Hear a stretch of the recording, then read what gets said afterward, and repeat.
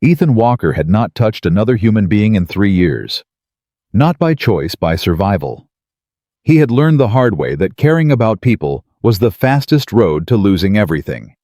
So when he pulled open the barn door that July evening and found a woman collapsed in the hay dress, torn hands bleeding, breathing in shallow, desperate pulls, his first instinct wasn't mercy. It was to walk away. He almost did. Then she opened her eyes and looked straight at him, and something in him that had been dead for a long time moved. If this story already has your heart, subscribe to this channel right now and hit that notification bell so you never miss what happens next. And drop a comment telling me what city you're watching from. I want to see exactly how far this story has traveled. The summer of 1884 came to the Colorado high country, like it always did, sudden and unforgiving. 1 week the mountain passes were still frosted at dawn, and the next the sun was driving down hard enough to crack the soil and burn the back of your neck before noon. Ethan Walker had lived on this land long enough to stop being surprised by any of it. He was a big man. Not the kind of big that came from vanity or show, but the kind that came from years of work that didn't stop because you were tired. Broad shoulders, rough hands, a jaw that had been set in something close to a frown for so long, the lines had carved themselves permanent. He was 38 years old, and he looked every year of it, and maybe a few more. His dark hair ran a little long under the brim of his hat, and there was always a day or two of stubble on his face because shaving required a mirror, and mirrors required looking at yourself, and Ethan Walker had stopped doing that years ago. He ran the Walker Ranch alone. 20 acres of pasture land climbing up against the base of the Rockies, a decent-sized herd of cattle, 8 horses, and a dog named Hatch, who was more or less useless at everything except sleeping in the barn and barking at nothing. The nearest town, Caldwell Creek, was 4 miles down the valley road, and Ethan made that trip maybe once a week, for supplies, spoke to as few people as possible, and came back before dark. That was his life. That was exactly the life he had built to replace the one he'd lost. And on most days it was enough. He'd been out checking the east fence line most of the afternoon, and the ride back was the part of the day he generally liked best. Just him and the horse and the mountains going orange-red in the dropping sun. No sound except hooves on dry grass, and the occasional hawk circling somewhere overhead. He unsaddled Ranger in the corral, gave him water, and then crossed to the barn to throw down the evening feed. He pulled the barn door open and stopped. She was on the ground beside the haystack, half buried in loose straw, and for one cold second he thought she was dead. Her dress once blue, he figured, though it was hard to tell through the dirt, and the dried blood was torn at the shoulder and along the hem. Her boots were missing. Her feet were wrapped in what looked like strips torn from a petticoat, and even from where he stood, he could see the dark stain of blood soaking through the cloth on her left foot. Her hands were curled against her chest, around a small canvas bag. Like even unconscious, she wasn't letting go of it. Hatch was sitting 3 feet away from her tail, still watching her like he wasn't sure what she was. Ethan's right hand went to his hip. Old instinct. He didn't draw, but his fingers rested there, and he stood in the doorway for a long moment, reading the barn the way a man reads a room he's not sure is safe. Nothing else moved. No one hiding in the shadows that he could tell. Just the woman, the dog, and the smell of hay and summer dust. He stepped inside. His boots hit the floor, and she flinched, a full-body flinch, sharp and small, like someone who'd learned that sounds meant danger. Her eyes opened. They were gray and exhausted and terrified, and this was the part that caught him off guard, completely, absolutely focused. Not the blank stare of someone half gone. She was looking straight at him, taking him in, calculating. Then she said in a voice that was barely a thread of sound, "Please, don't send me back." Ethan didn't move. "Who are you?" She didn't answer right away. She was trying to push herself upright, and her arms were shaking with the effort, and she wasn't making it. So she stopped trying and just stayed where she was, one hand pressed to the ground. "My name is Clara," she said. "Clara Bennett." Clara Bennett. He let the name sit for a moment. "How'd you get in my barn, Clara?"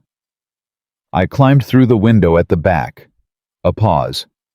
The small one, near the ground. He'd been meaning to fix that latch for 2 months. He'd have to remember that. How long have you been in here? Since before noon, I think. He glanced at the window she'd mentioned. The light coming through it was going gold. That was 6 hours, maybe more. You're bleeding, he said. I know. Your feet. I know that too. He looked at her for a long moment. She looked back at him and didn't look away, which surprised him. Most people, when Ethan Walker looked at them with that expression on his face, found something else to look at pretty quickly. Who are you running from? He asked. Something moved behind her eyes. Calculation again, or maybe just the decision about how much truth to offer a stranger in a barn. Victor Hale, she said. The name landed in the space between them like a stone dropping into still water, and Ethan felt the ripple of it go through him. He knew that name. Everyone in the valley knew that name. Victor Hale owned the Hale Land and Cattle Company, which meant he effectively owned a third of the grazing land in this part of the territory, the water rights to 2 of the 3 major creek lines, and the ear of every man with a badge from Caldwell Creek to the county seat. He was not a man you ran from. He was not a man you crossed. He was the kind of man who could make trouble appear out of thin air and make it look like it had always been there. Victor Hale, Ethan said. Yes? You work for him. Something crossed her face. I worked on the Hale Ranch. My father owed him money, a lot of money. When my father couldn't pay Mr. Hale... She stopped, started again differently. I was 17 when I went to work for him. I'm 27 now. 10 years. Ethan said nothing. He was doing the arithmetic, and he didn't like what it added up to. I want you to know, Clara said carefully, that I'm not asking you for anything. I know this is your property. I know I came in without permission. I needed somewhere to rest that wasn't a road. I can leave. I can leave right now if you want me to. You can barely sit up. I can manage. Your feet are cut through. You've been bleeding in my hay for 6 hours, and it'll be full dark in less than an hour. He said it flat like he was reading figures from a ledger. You can't manage. Not tonight. She looked at him. Then what are you saying? He pulled his hat off and turned it once in his hands and put it back on. A habit. Something he did when he was thinking something through that he'd already decided on and just hadn't admitted yet. I'm saying stay put, he said. I'll get water and something for your feet. After that, we'll figure out what comes next. I don't want to cause you trouble. Then you probably shouldn't have picked my barn. He turned toward the door. Don't go anywhere. I'm not sure I could. Good. Dear. He brought what he had: a basin of water, clean cloth, the tin of salve he kept for the horse's hooves, that worked just as well on cuts, and the bread and salt pork he'd been going to eat for his own supper. She didn't protest the food, which told him she was hungrier than she was letting on. She let him clean the cuts on her feet without making a sound, which told him she was tougher than she looked. He worked in silence, and she let him. And when he finished wrapping the left foot, the worse one, where something sharp had gone deep into the arch, she said quietly, "Thank you." "Don't thank me yet," he said. "I haven't decided anything." "What is there to decide?"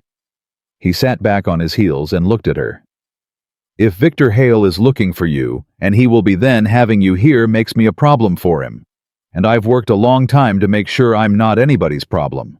I understand that." "Do you?" "Yes." She held his gaze steady. "I know what it costs a person to keep their head down. I've been doing it for 10 years. He didn't have an answer for that, so he didn't try to give one.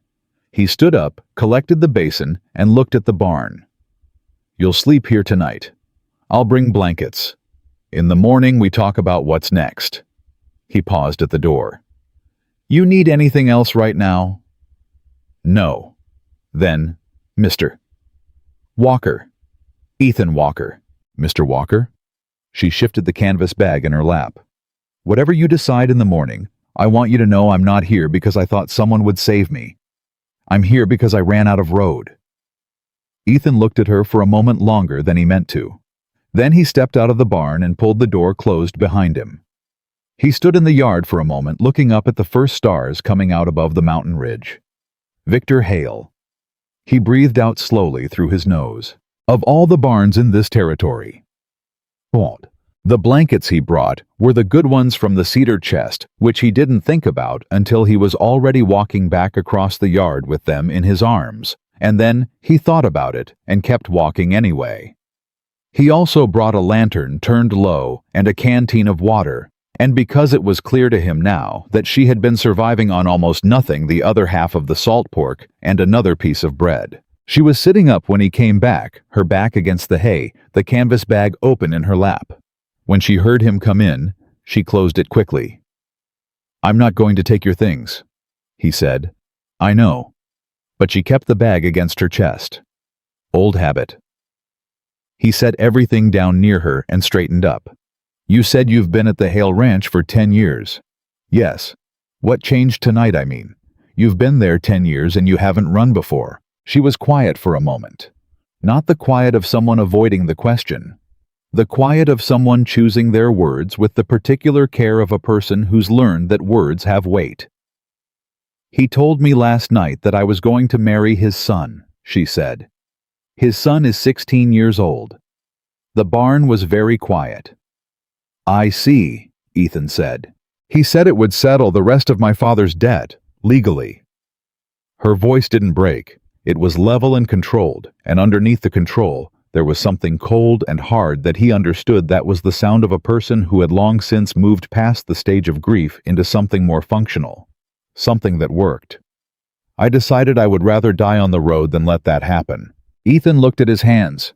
He looked at the lantern. He looked at the window above the haystack where the darkness outside was now complete. "Get some sleep," he said. "I mean it. Whatever this is, it'll still be there in the morning, and you need sleep more than you need to think right now." She looked like she might argue. Then she looked like she might thank him again, which he didn't want. Instead, she just nodded once and settled back against the hay and pulled the blanket around her. He took the lantern and left it burning low at the far end of the barn, away from the hay where it couldn't do damage, and went back to the house. He did not sleep for a long time.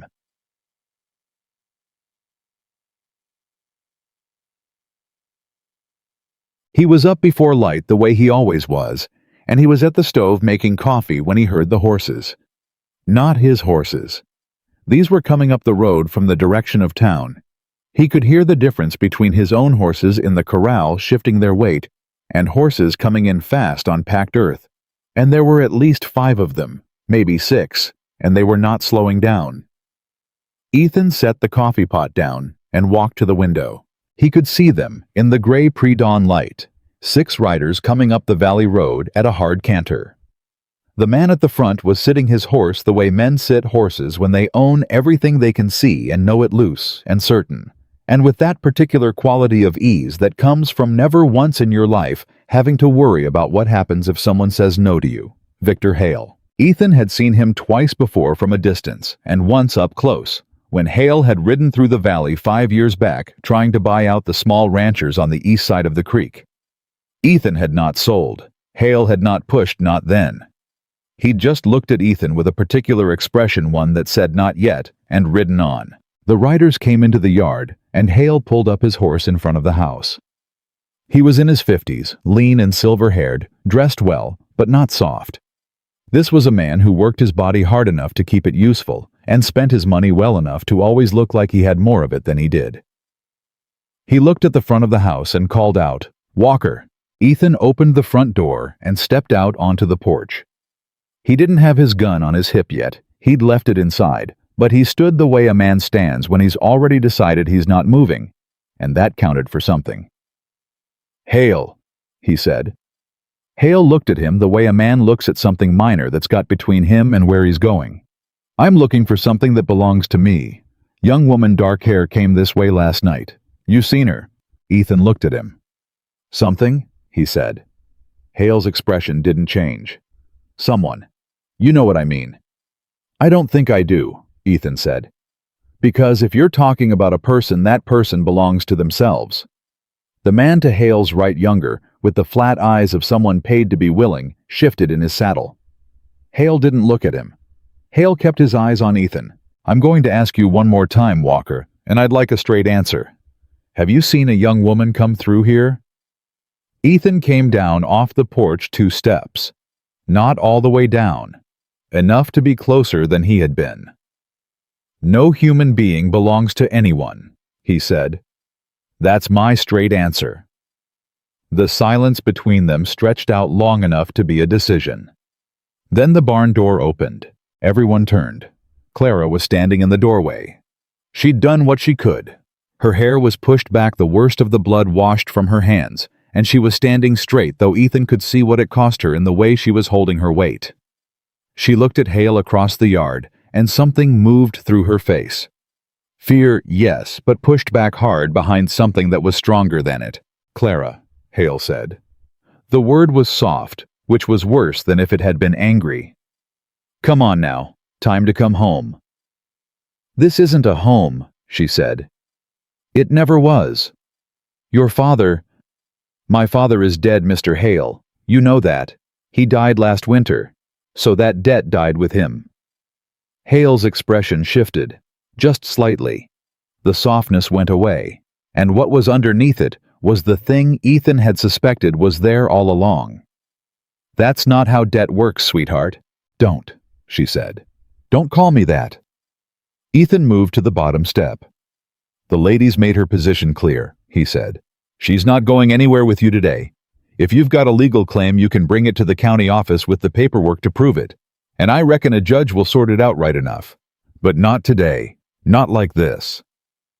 Hale looked at him for a long moment. His horse stamped once and was still. You're making a mistake, Hale said.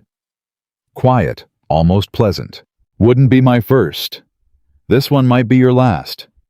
Maybe. Ethan didn't blink. Ride out, Hale. Take your men and ride out. The moment held. 6 riders against 1 man standing on his porch steps in the early morning light. Ethan held it steady. He didn't move, and he didn't blink, and whatever he felt inside, and he felt quite a lot, none of it showed. Hale looked at him a moment longer. Then he turned his horse. This isn't finished, he said, not looking back. It never is, Ethan said. He watched them ride out until the sound of hooves faded down the valley road and the yard was quiet again. Then he turned and looked at Clara still standing in the barn doorway. She was shaking. He could see it from here. You didn't have to do that, she said. No? He agreed. I didn't. She looked at him steadily. Why did you? He picked his hat up from the porch railing where he'd set it when he came out, and he put it on, and he looked down the road where the dust was still settling. Because he called you something, he said. And that's not what you are. The yard was still. High up on the mountain behind the barn, a hawk was circling in the early morning air. The sun was just beginning to break over the eastern ridge, long and gold across the pasture. Clara stood in the barn doorway, with her arms wrapped around herself, watching him. Something in her face had changed. Not broken down, not soft, but shifted like a lock that someone had put a key in, and turned, and then left in place. Not opened, but no longer quite as sealed as it had been. You should know, she said quietly, that he doesn't forget. Victor Hale doesn't forget things. Good, Ethan said. He turned and walked back toward the house. Come inside. Coffee's on. She stayed where she was for a moment. Then she came across the yard, limping, careful, carrying the canvas bag against her chest, and followed him in. She drank the coffee without saying anything for a while. He let her. He sat across the table and drank his own, and looked out the window at his pasture going bright with morning light, and didn't push. When she did speak, it wasn't what he expected. Your ranch, she said. You keep it very clean. He glanced at her. I mean, for a man living alone. A faint color came into her face. I didn't mean that to sound like I just noticed. The tack in the barn is hung properly. The tools are put away. A lot of men alone, they let things go. Things go when you let them, he said. I don't see the point. She turned the coffee cup in her hands. How long have you been alone up here? 6 years. That's a long time. You were at Hale's ranch for 10, he said. That's longer. She looked down at the table. It wasn't the same thing. No, he agreed. It wasn't. A silence between them, but not an uncomfortable one. More like the kind of quiet that settles in when two people have both said something honest and are letting it be. He'll come back, she said. You know that. I figured. With legal papers this time, probably. Or something that looks like legal papers. Probably. She looked up at him. Mr. Walker, I don't want to put you in a position. You already have, he said. It came out dry, not mean, and she seemed to understand the difference. I know. She set the cup down carefully. So what do you want to do about it? He looked at her. It was the right question, he thought. Not what are you going to do about it, as if he was the one with all the decisions, and not what should I do, as if she'd handed the whole problem to him. Just what do you want to do, like this was something the two of them were looking at together, and would have to figure out together. He didn't know when he'd last had a conversation that worked like that. First thing, he said, is I want to know what's in the bag. She stiffened. Not to take it, he said. Not because it's my business, because if you've got something that changes the situation, paperwork evidence, anything like that, I need to know what we're working with. She was quiet for a long moment. Then she put the bag on the table. She reached in slowly, carefully, and withdrew a folded sheaf of papers. Letters. Official documents, the kind with seals and signatures. She spread them on the table between them. He leaned forward. They were debt records. Her father's debt going back 12 years, marked in Hale's handwriting and witnessed by a man whose name Ethan recognized as the former county clerk, a man who'd died 3 years ago. There were also letters from her father, and letters to her father, and between them, if you read them in order, was a story about a debt that had been artificially inflated payments that had been accepted and then denied, and a quiet arrangement between Victor Hale and a dead county clerk to make it all look clean on paper. Ethan read through them twice. Where did you get these? He said. His office, Clara said. I cleaned his office for 10 years. He thought I wasn't smart enough to understand what I was looking at. A pause. He was wrong. Ethan looked at the documents and then at her. These are real, he said. Yes. If a judge saw these, I know. But getting to a judge means getting through Victor Hale first, she said. Yes, I know that too. Ethan sat back in his chair. He looked at the papers and then out the window and then at his hands. All right, he said. She tilted her head. All right what? All right, Miss Bennett. He met her eyes. I reckon we'd better think this through. He put her in the house, the spare room which he hadn't opened in years, which smelled like cedar and dust and something that was almost nothing, the smell of a room no one has lived in for a long time. He got it aired out and brought the blankets from the barn and put the last clean sheet he had on the narrow bed, and she stood in the doorway watching him do it with that same expression she'd had in the yard. Something in her like a key in a lock. You don't have to give me your good room, she said. It's not my good room. It's just a room. He smoothed the sheet and stepped back. The good room's at the end of the hall and I'm in it. This one just had more time to get dusty. Something shifted at the corner of her mouth. It wasn't quite a smile, but it wasn't nothing either. He left her there and went back to the kitchen and sat down at the table with the documents spread out in front of him and thought for a long time about the kind of trouble that had just walked into his life on bleeding feet, carrying 10 years of someone else's crimes in a canvas bag. And then he thought about what Hale had said. That woman belongs to me. Something that had been quiet in him for a long time. Something that he had worked very hard to keep quiet. Turned over once, like a coal in a fire that wasn't quite out. He poured himself the last of the coffee. Outside, the summer morning was coming on full and hot and broad, and down the valley road, somewhere past where he could see Victor Hale was riding back to his house and making plans. Ethan Walker picked up the documents and read them through one more time slowly, the way a man reads something when he's decided it matters. He set them back down. He put his hat on, and he started to think. He spent the rest of that morning doing what he always did when something had him unsettled. He worked. He went out and checked the water line on the south pasture, replaced a rotted post on the east fence, and spent an hour cleaning and oiling the tack he'd already cleaned twice that week. Hatch followed him around the property and sat in the shade and watched him with the mild, patient expression of a dog who understood more than he let on. Clara slept until almost noon. He heard her moving around in the house when he came back in to eat quiet, careful footsteps, the kind a person makes when they're not sure they're allowed to make noise. He put together 2 plates of food and set them on the table and called back down the hallway. "Lunch is ready if you want it." A pause. Then her voice slightly muffled. "I'll be right out." She came in looking more herself, which is to say she looked like a person who had slept and was now operating on something close to a full set of functions. Someone had done their best with her hair, and her dress had been smoothed down, and the worst of the tears pinned closed. She was still pale, and she was still moving carefully because of her foot, but her eyes were clear and focused. And that was the thing about Clara Bennett, that he was starting to notice her eyes were always clear. Whatever she was feeling, whatever she was afraid of, her eyes stayed clear. She sat down at the table and looked at the plate and then at him. "You didn't have to do this," she said. "It's just food." "That's what you say about everything." He looked up from his own plate. "The blankets," she said. "The room. Standing in the yard this morning with 6 men looking at you like you were something to be moved out of the way." She held his gaze steadily. "You just did it. All of it." "I reckon I did." "Why?" He chewed and swallowed and thought about it.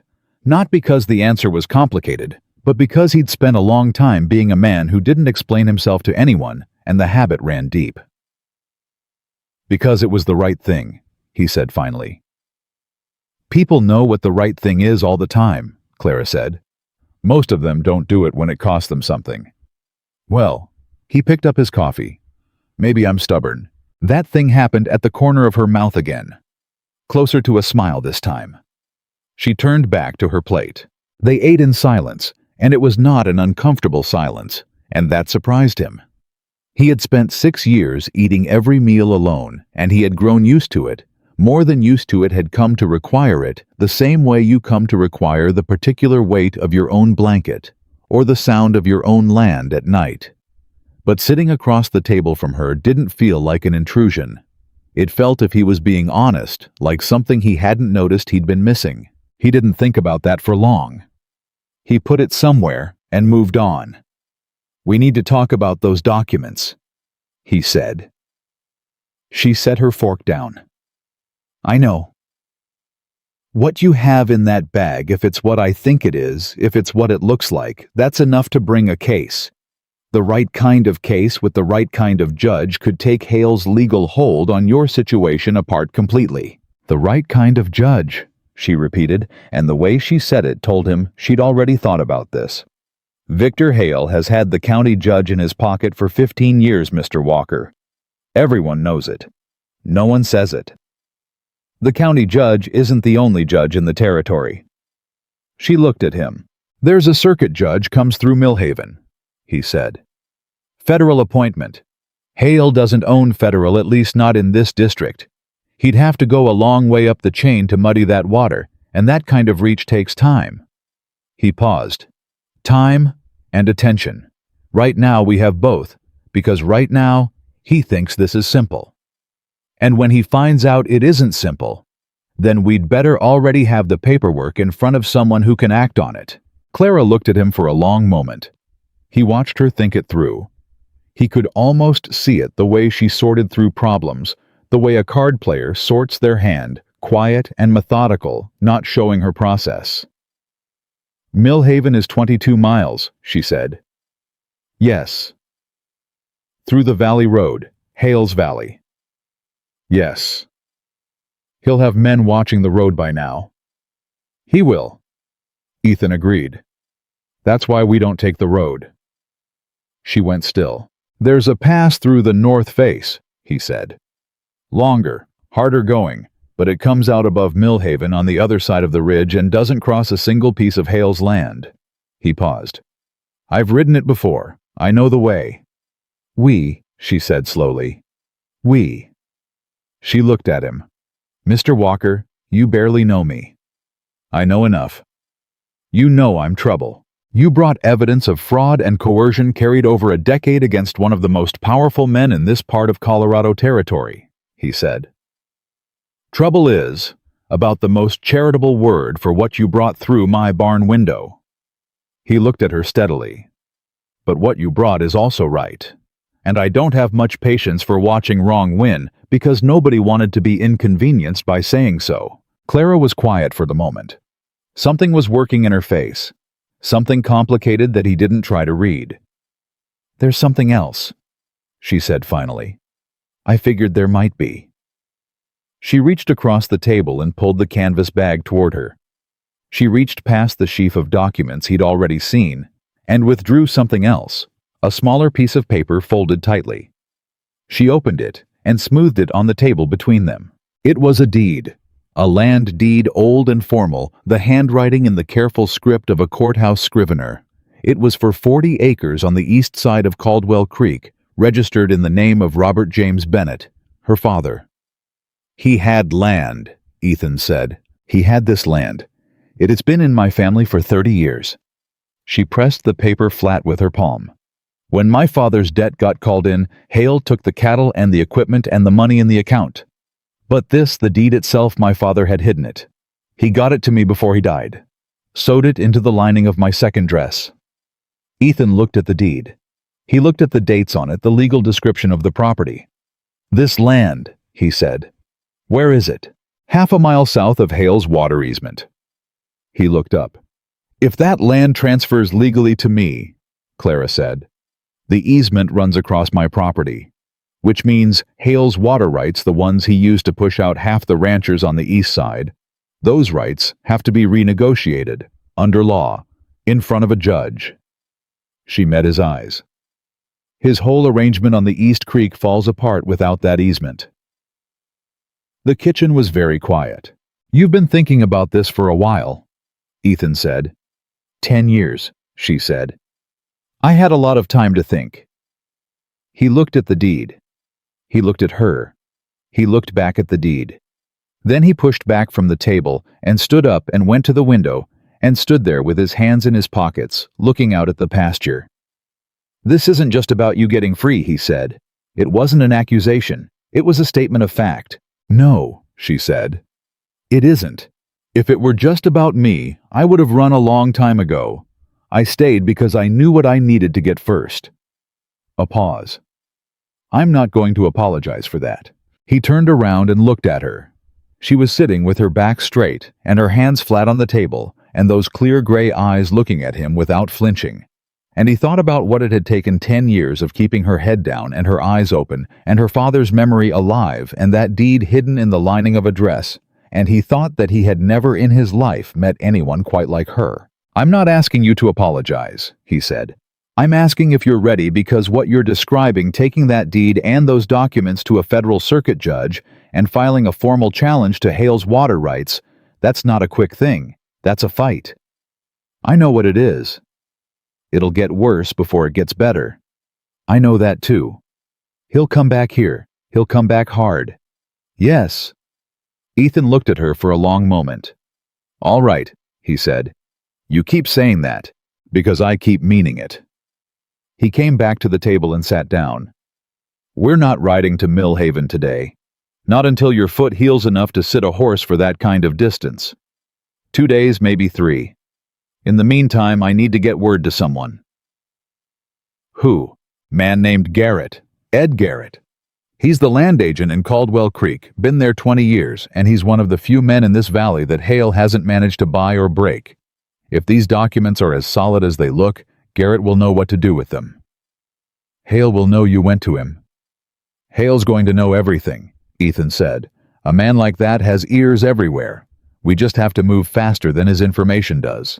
Clara looked at the documents on the table. Then she gathered them carefully slowly and folded them back and put them in the bag with the deed, and she pressed the bag closed with both hands. "Mr. Walker," she said. "You can call me Ethan." She looked up. Something flickered in her expression.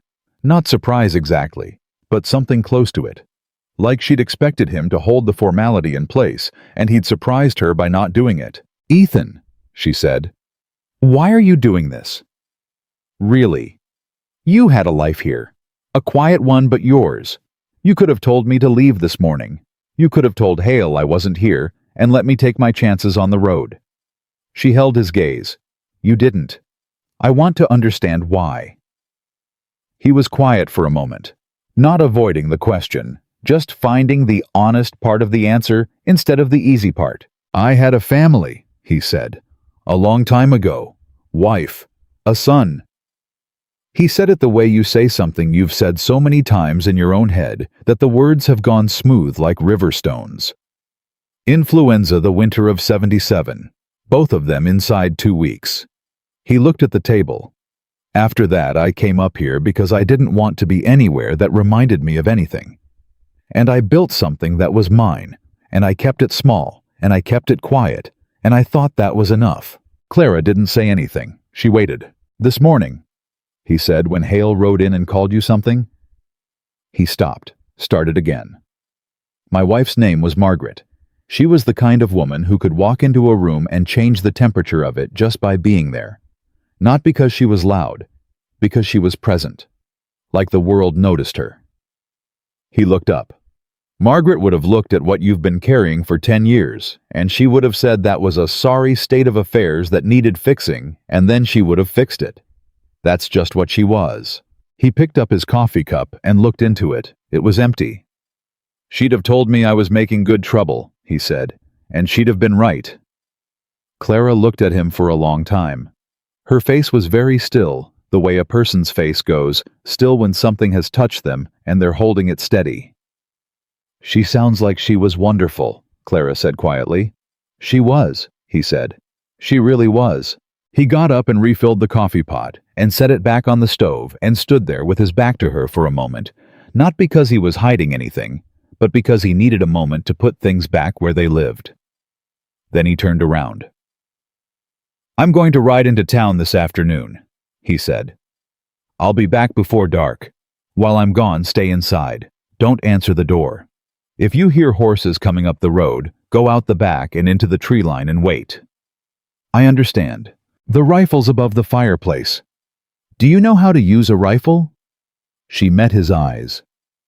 "My father taught me." "Good." He took his hat from the peg by the door. "Lock up behind me." He was almost out the door when she spoke again. "Ethan." He turned.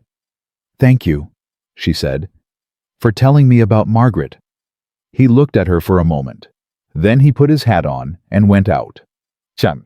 Caldwell Creek sat at the bottom of the valley, like a town that had grown up by accident and never quite finished deciding what it wanted to be. Main Street ran 4 blocks of wooden storefronts with a livery at one end and a church at the other, and between them the usual arrangement: Mercantile Saloon Post Office and Garrett's Land and Title Office, which sat between the barber shop and the feed store, and had a painted window that was peeling at the corners. Ethan tied Ranger to the post outside and went in. Ed Garrett was 60 short wide in the shoulders, with the kind of precise, unhurried manner of a man who'd dealt with enough legal trouble over the years that nothing surprised him anymore. He was behind his desk when Ethan came in, working through a stack of papers, with his glasses pushed to the end of his nose. He looked up. He looked at Ethan. He looked back down at his papers. "Knew you'd be showing up sooner or later today," he said. "Heard you had visitors this morning. News travels fast." "It's a small valley." Garrett set his pen down. "Hale's men were through here by mid-morning asking questions. Tom Briggs over at the saloon told them he hadn't seen anything, and Myra Hollis at the Mercantile said the same." He paused. "I didn't say anything to anyone." "Appreciate it. Sit down, Ethan. You're making me nervous standing there like you've got somewhere else to be." Ethan sat. He put his hat on his knee and looked at the older man. "I need to talk to you about some documents." "I figured you might. And I need to know if there's a way to get them in front of the circuit judge when he comes through Millhaven." Garrett took his glasses off and cleaned them on his vest, slowly thinking. "Judge Harlan Meade," he said. "He's in Millhaven the 4th week of every month. Next session is 11 days out." He put his glasses back on. "What kind of documents are we talking about?" "Debt records, forged payment denials, letters between Hale and the county clerk, the old one Wickham before he died, showing they were working together to keep a family's debt artificially inflated so Hale could claim their labor indefinitely." Garrett went very still. "And a land deed," Ethan said, "for 40 acres on the east side of the creek." The older man sat back in his chair. He looked at Ethan for a long time. "The Bennett girl," he said. "Clara Bennett, yes. She's been up at Hale's since she was Lord, since she was barely grown." 17, Ethan said.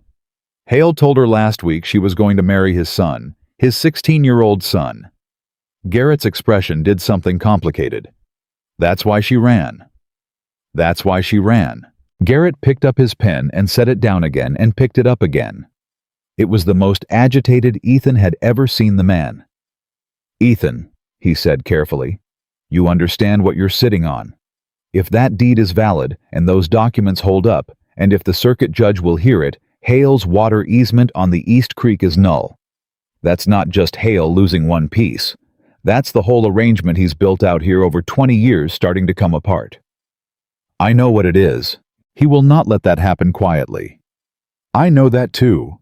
He'll come for you, and for her. I know." Garrett looked at him for a long moment.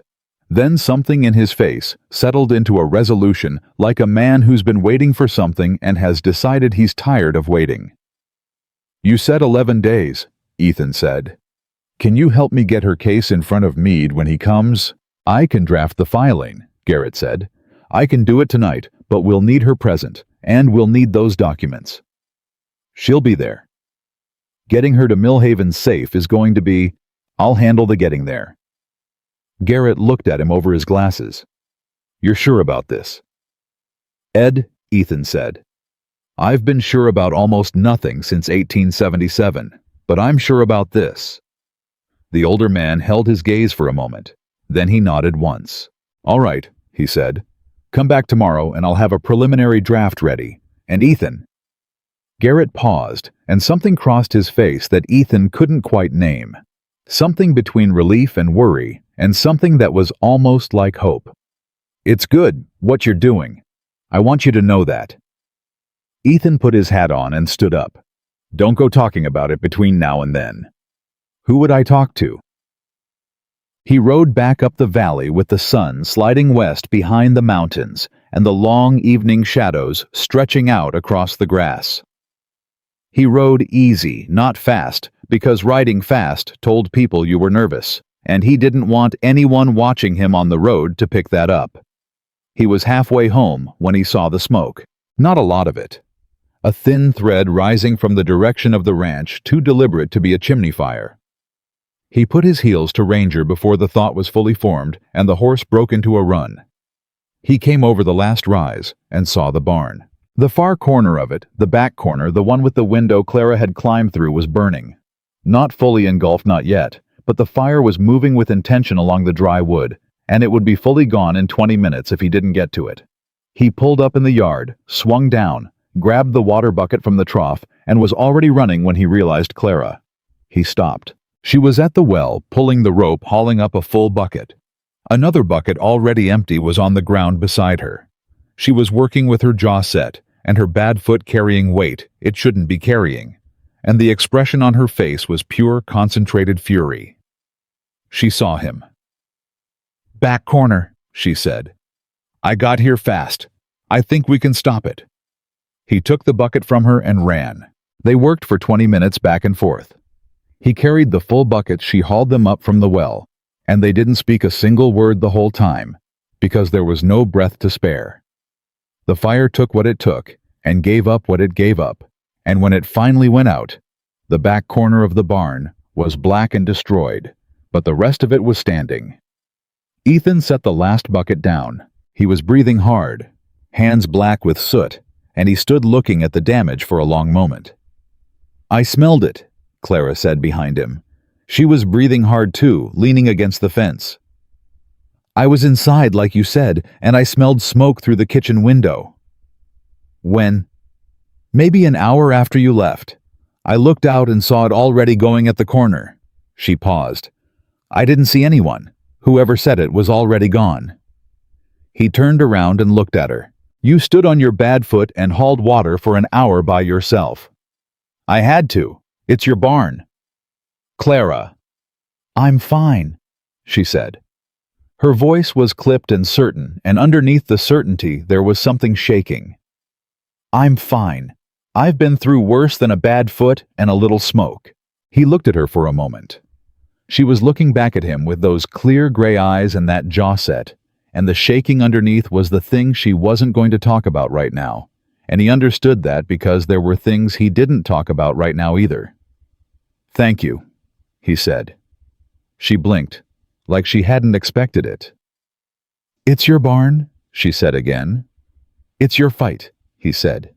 "And you didn't run from it." She looked at him, and the jaw stayed set. But something around her eyes shifted, and she took a careful breath and looked away at the darkened corner of the barn.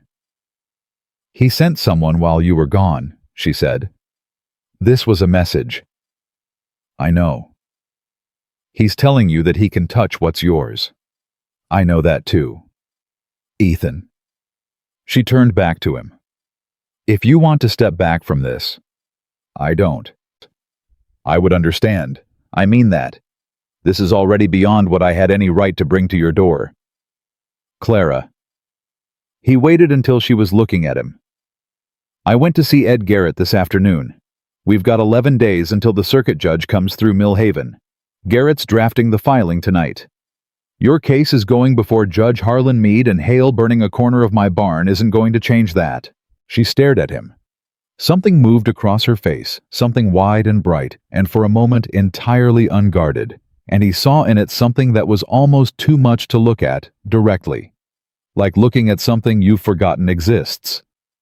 Then she pressed her lips together and looked at the ground and said very quietly, "Okay." "Okay," he said. They stood there in the cooling evening air, both of them smelling of smoke, and the stars were beginning to come out above the ridge, and the ranch was quiet except for the horses in the corral and Hatch, who had appeared from somewhere and was now sitting at Clara's feet, looking up at her with the expression of a dog who decided his loyalties and was done deliberating about it. Clara looked down at him. She reached down slowly and put her hand on the top of his head. Hatch leaned into it. "He doesn't do that for anyone," Ethan said. She looked up. "For anyone? I've had that dog 4 years, and he's never leaned into a hand like that in his life." She looked back down at Hatch, and this time the corner of her mouth went all the way. A real smile, brief and bright there and gone again. "Well," she said. "Good dog." Ethan looked at the two of them and felt something move through him that he had no immediate word for, so he didn't try to find one. He picked up the empty water buckets and turned toward the well. "Come inside," he said. "I'll make supper.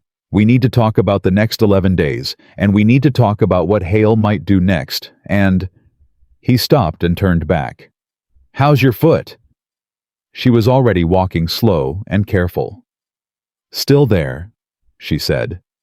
"That's not what I asked. It hurts," she said simply. "But I can work with hurt." He watched her cross the yard toward the house, and he thought again about Margaret, about what Margaret would have said standing here in this yard, with smoke still in the air and the stars coming out, and a woman walking toward his house who'd spent 10 years building a case against a man twice her power and half her courage. She'd have said, "Ethan Walker, you better not let her down." He picked up the buckets. He didn't intend to. The next 9 days were the kind of days that teach you things about yourself that you'd rather not know. Ethan had always considered himself a patient man. 6 years of living alone on a mountain ranch will do, that you learn to wait out bad weather, wait out difficult cattle, Wait out the long silences that come when there's no one to talk to and nothing to do but keep working. He'd thought he understood patience. He discovered that he did not in fact understand patience at all. Not the kind that comes from waiting for something that matters while the clock moves like it's pulling weight. He kept to his routines. Morning chores, fence checks, waterline maintenance, evening feed. He did all of it the way he always had, with the same deliberate, unhurried attention. But underneath the routine, something was coiled and alert in a way it hadn't been in years, tracking every sound from the road, every movement on the ridgeline, every unfamiliar horse in the distance. Clara healed fast. Faster than he'd expected. By the third day, she was walking without the pronounced limp. By the fifth, she was walking nearly normal, and she had stopped asking if there was anything she could do to help, and had simply started doing things. Mending tack in the barn.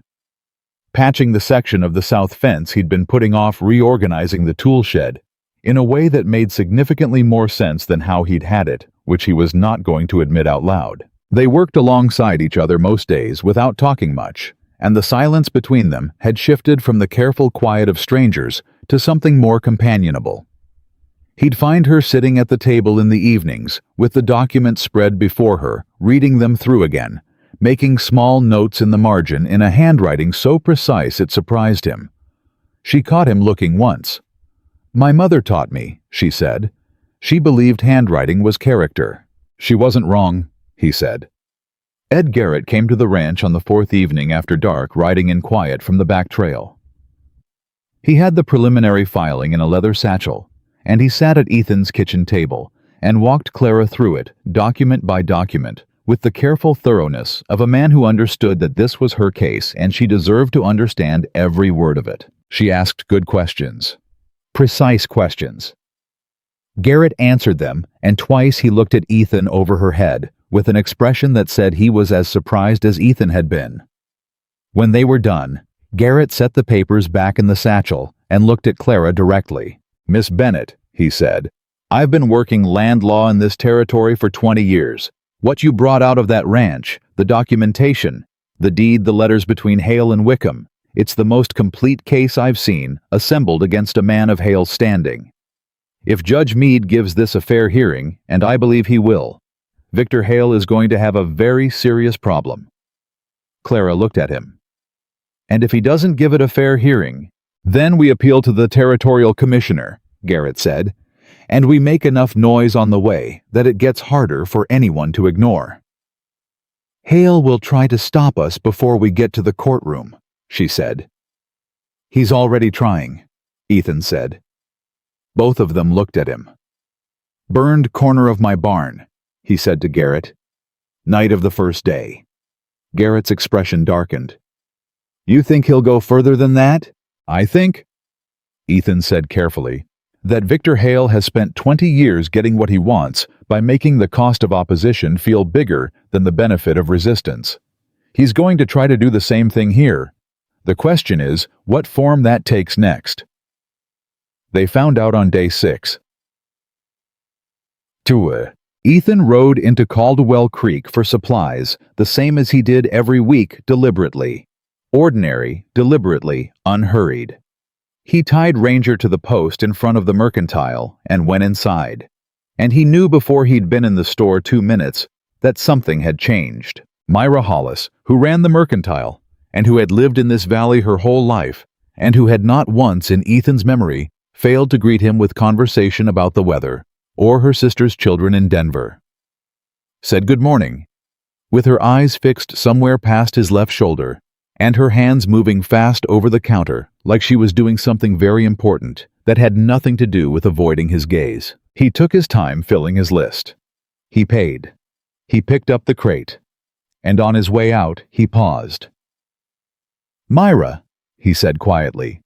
She looked at him. The first time she'd looked at him straight. "People are saying things," she said, her voice very low. "About you. About the girl." "What kind of things?" "That you took her. That she didn't come to you willing." Her hands twisted on the counter edge. "That it's not what it looks like." Ethan held very still. And what do people think it looks like? Victor Hale has been in this town 3 times since last week, Myra said.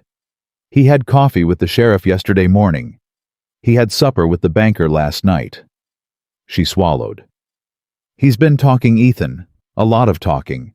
And people here, you know how people get when someone with that much weight behind him starts moving. He did know. He'd watched it happen before in other places to other people. A man like Hale didn't need to threaten everyone directly.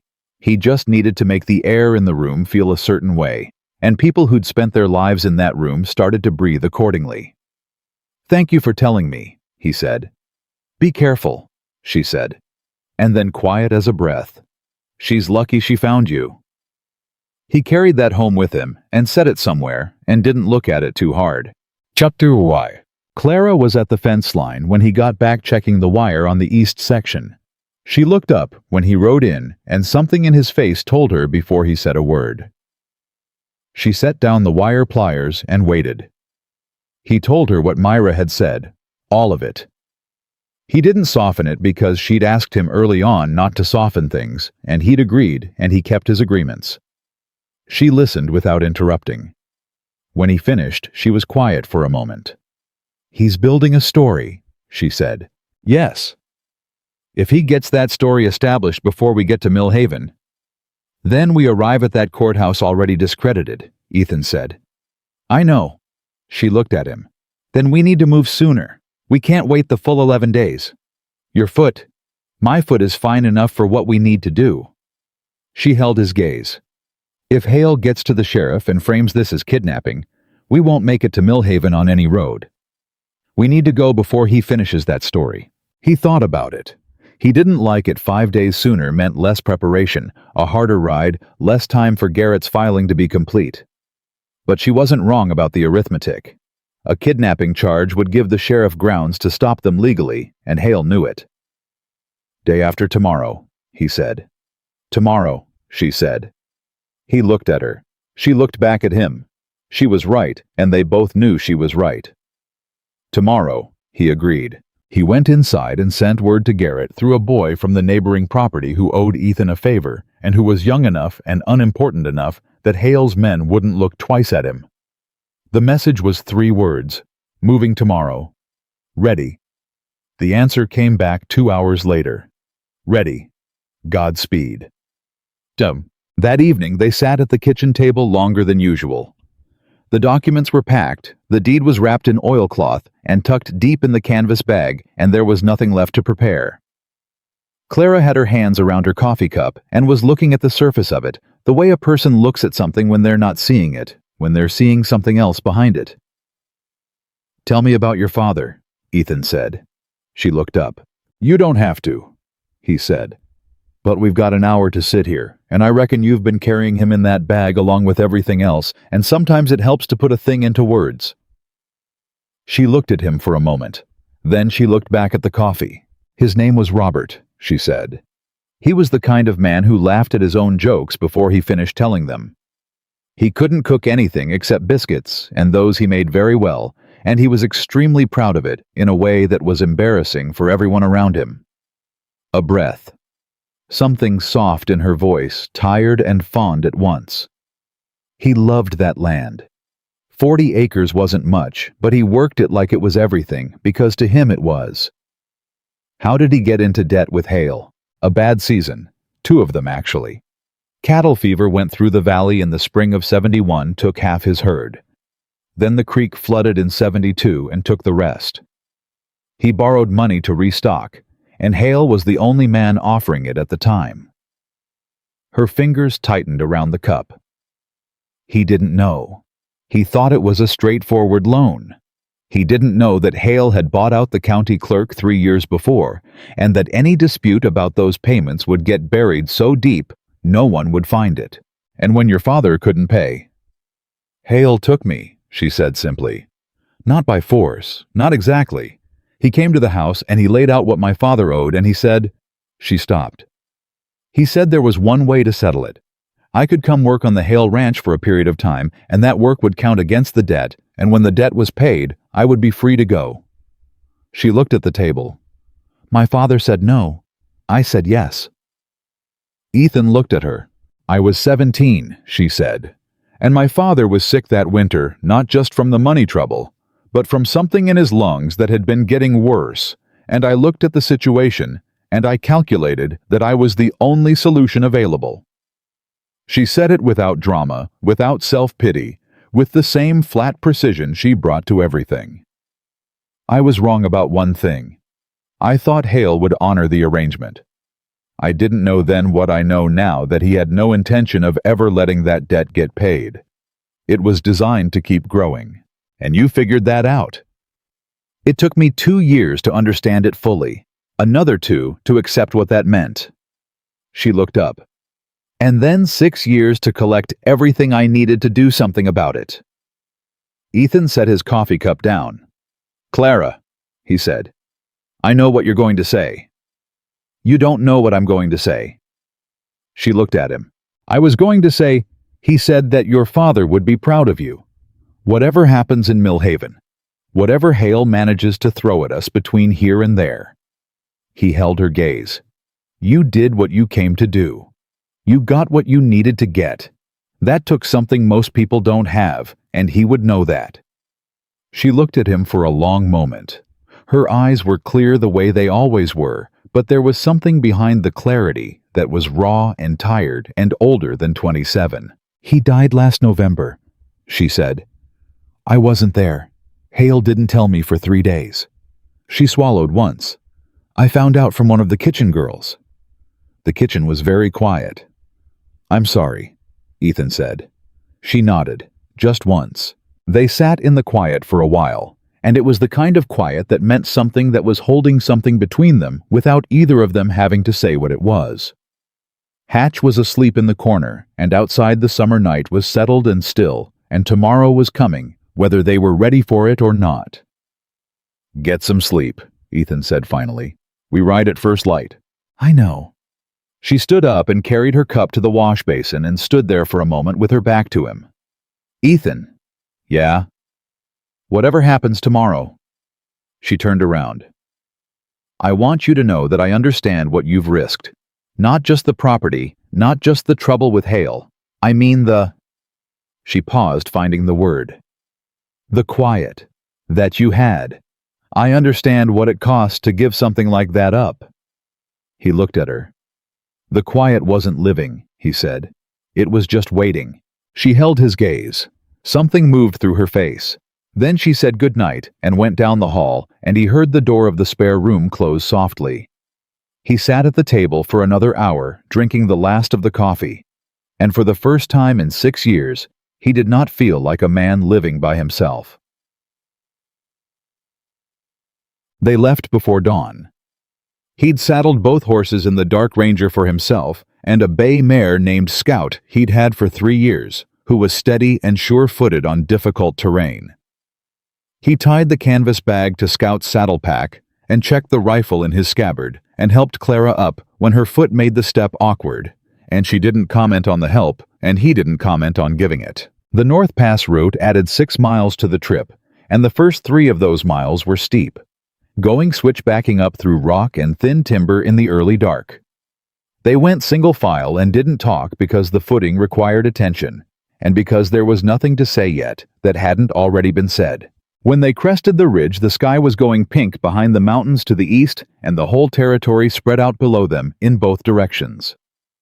The Hale Valley to the south, with its orderly fences and well-kept pastures, and the creek glinting silver in the early light. And Millhaven to the north, still in shadow, but visible the cluster of its buildings arranged along the river bend below. Clara pulled Scout up beside him and looked. I've never seen it from up here, she said. He looked at the valley. At the Hale Ranch, spread across the south end of it, large and well-ordered, and representing 20 years of careful, patient, deliberate accumulation, land and water, and people all arranged to serve one man's design. We'll be down in 2 hours, he said. Keep moving. She looked at him. You're nervous. I'm cautious, he said. There's a difference. There really isn't. He looked at her.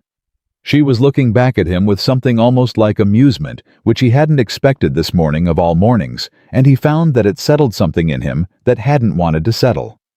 "Ride?" he said. She rode.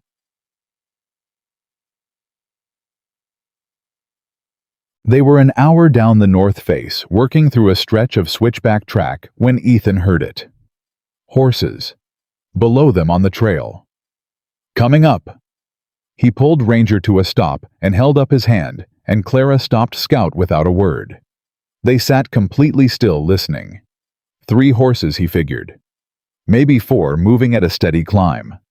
He looked at the terrain around them. To the left, a shelf of rock.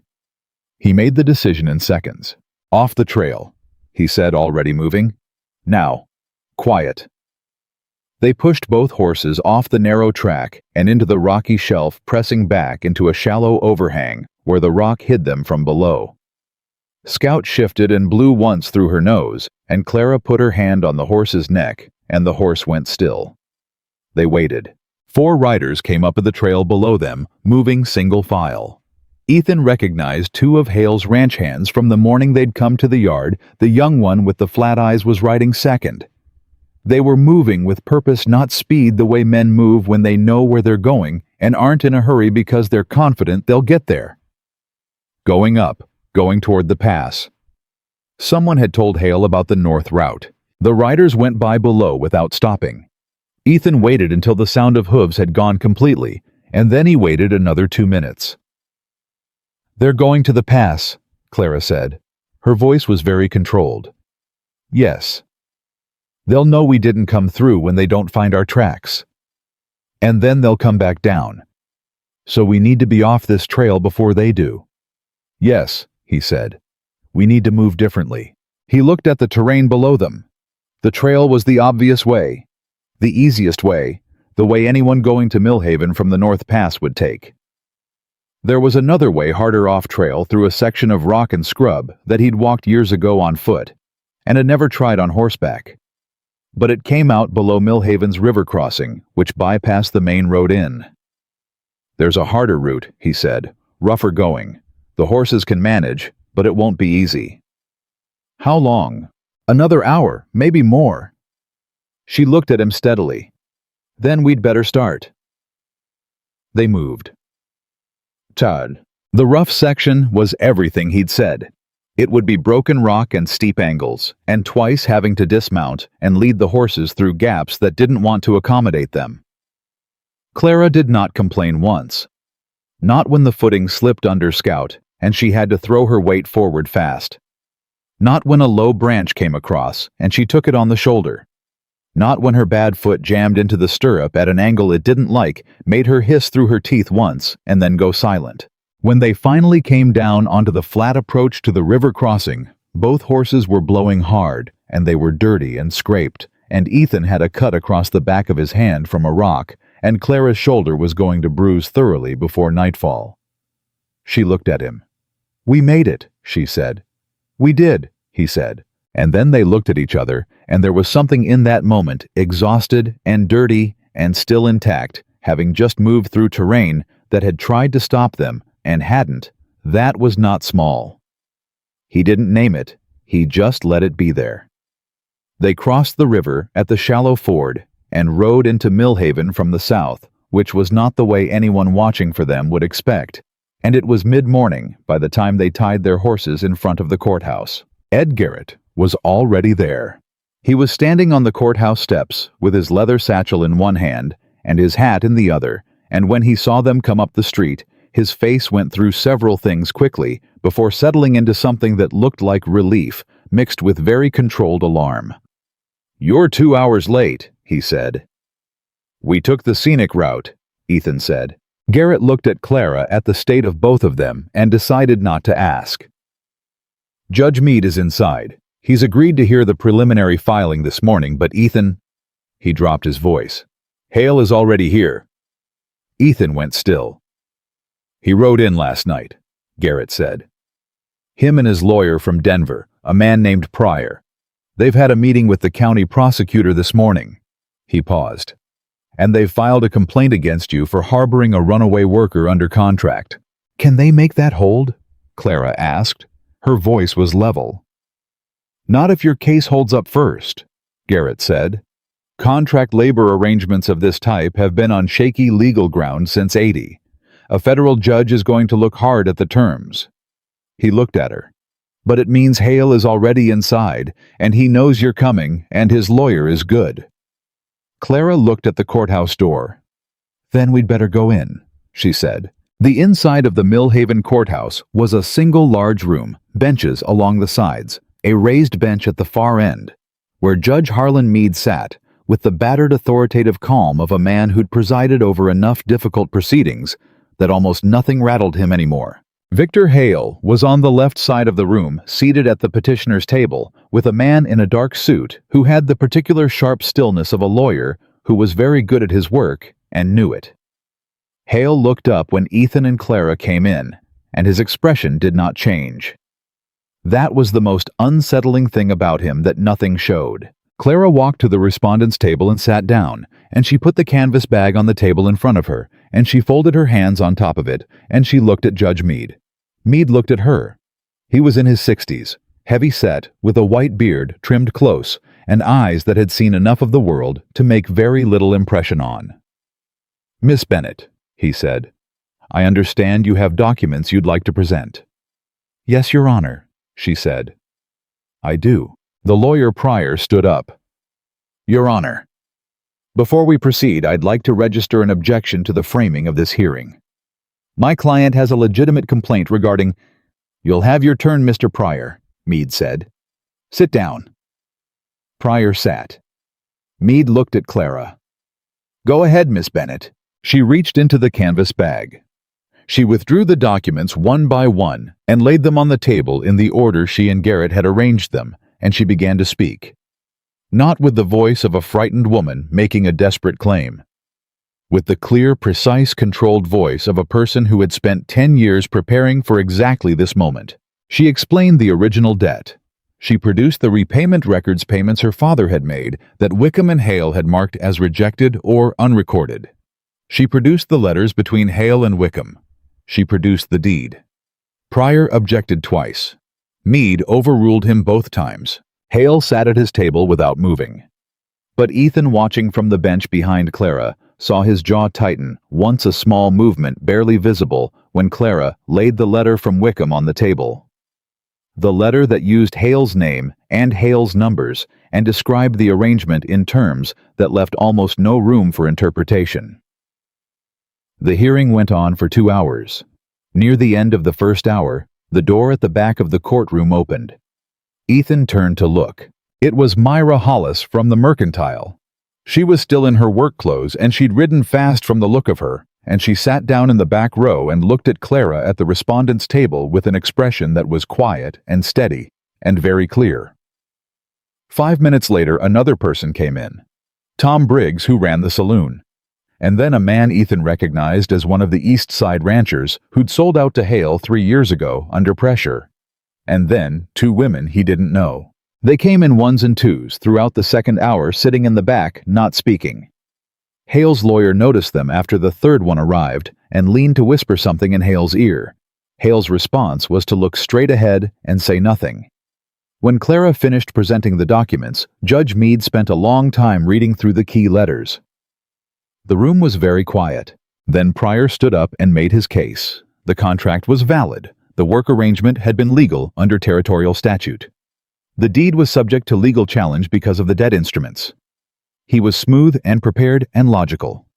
Meade listened to all of it. Then Meade looked at Hale directly. "Mr. Hale," he said, "I'd like to ask you a question." Hale stood. "Of course, Your Honor."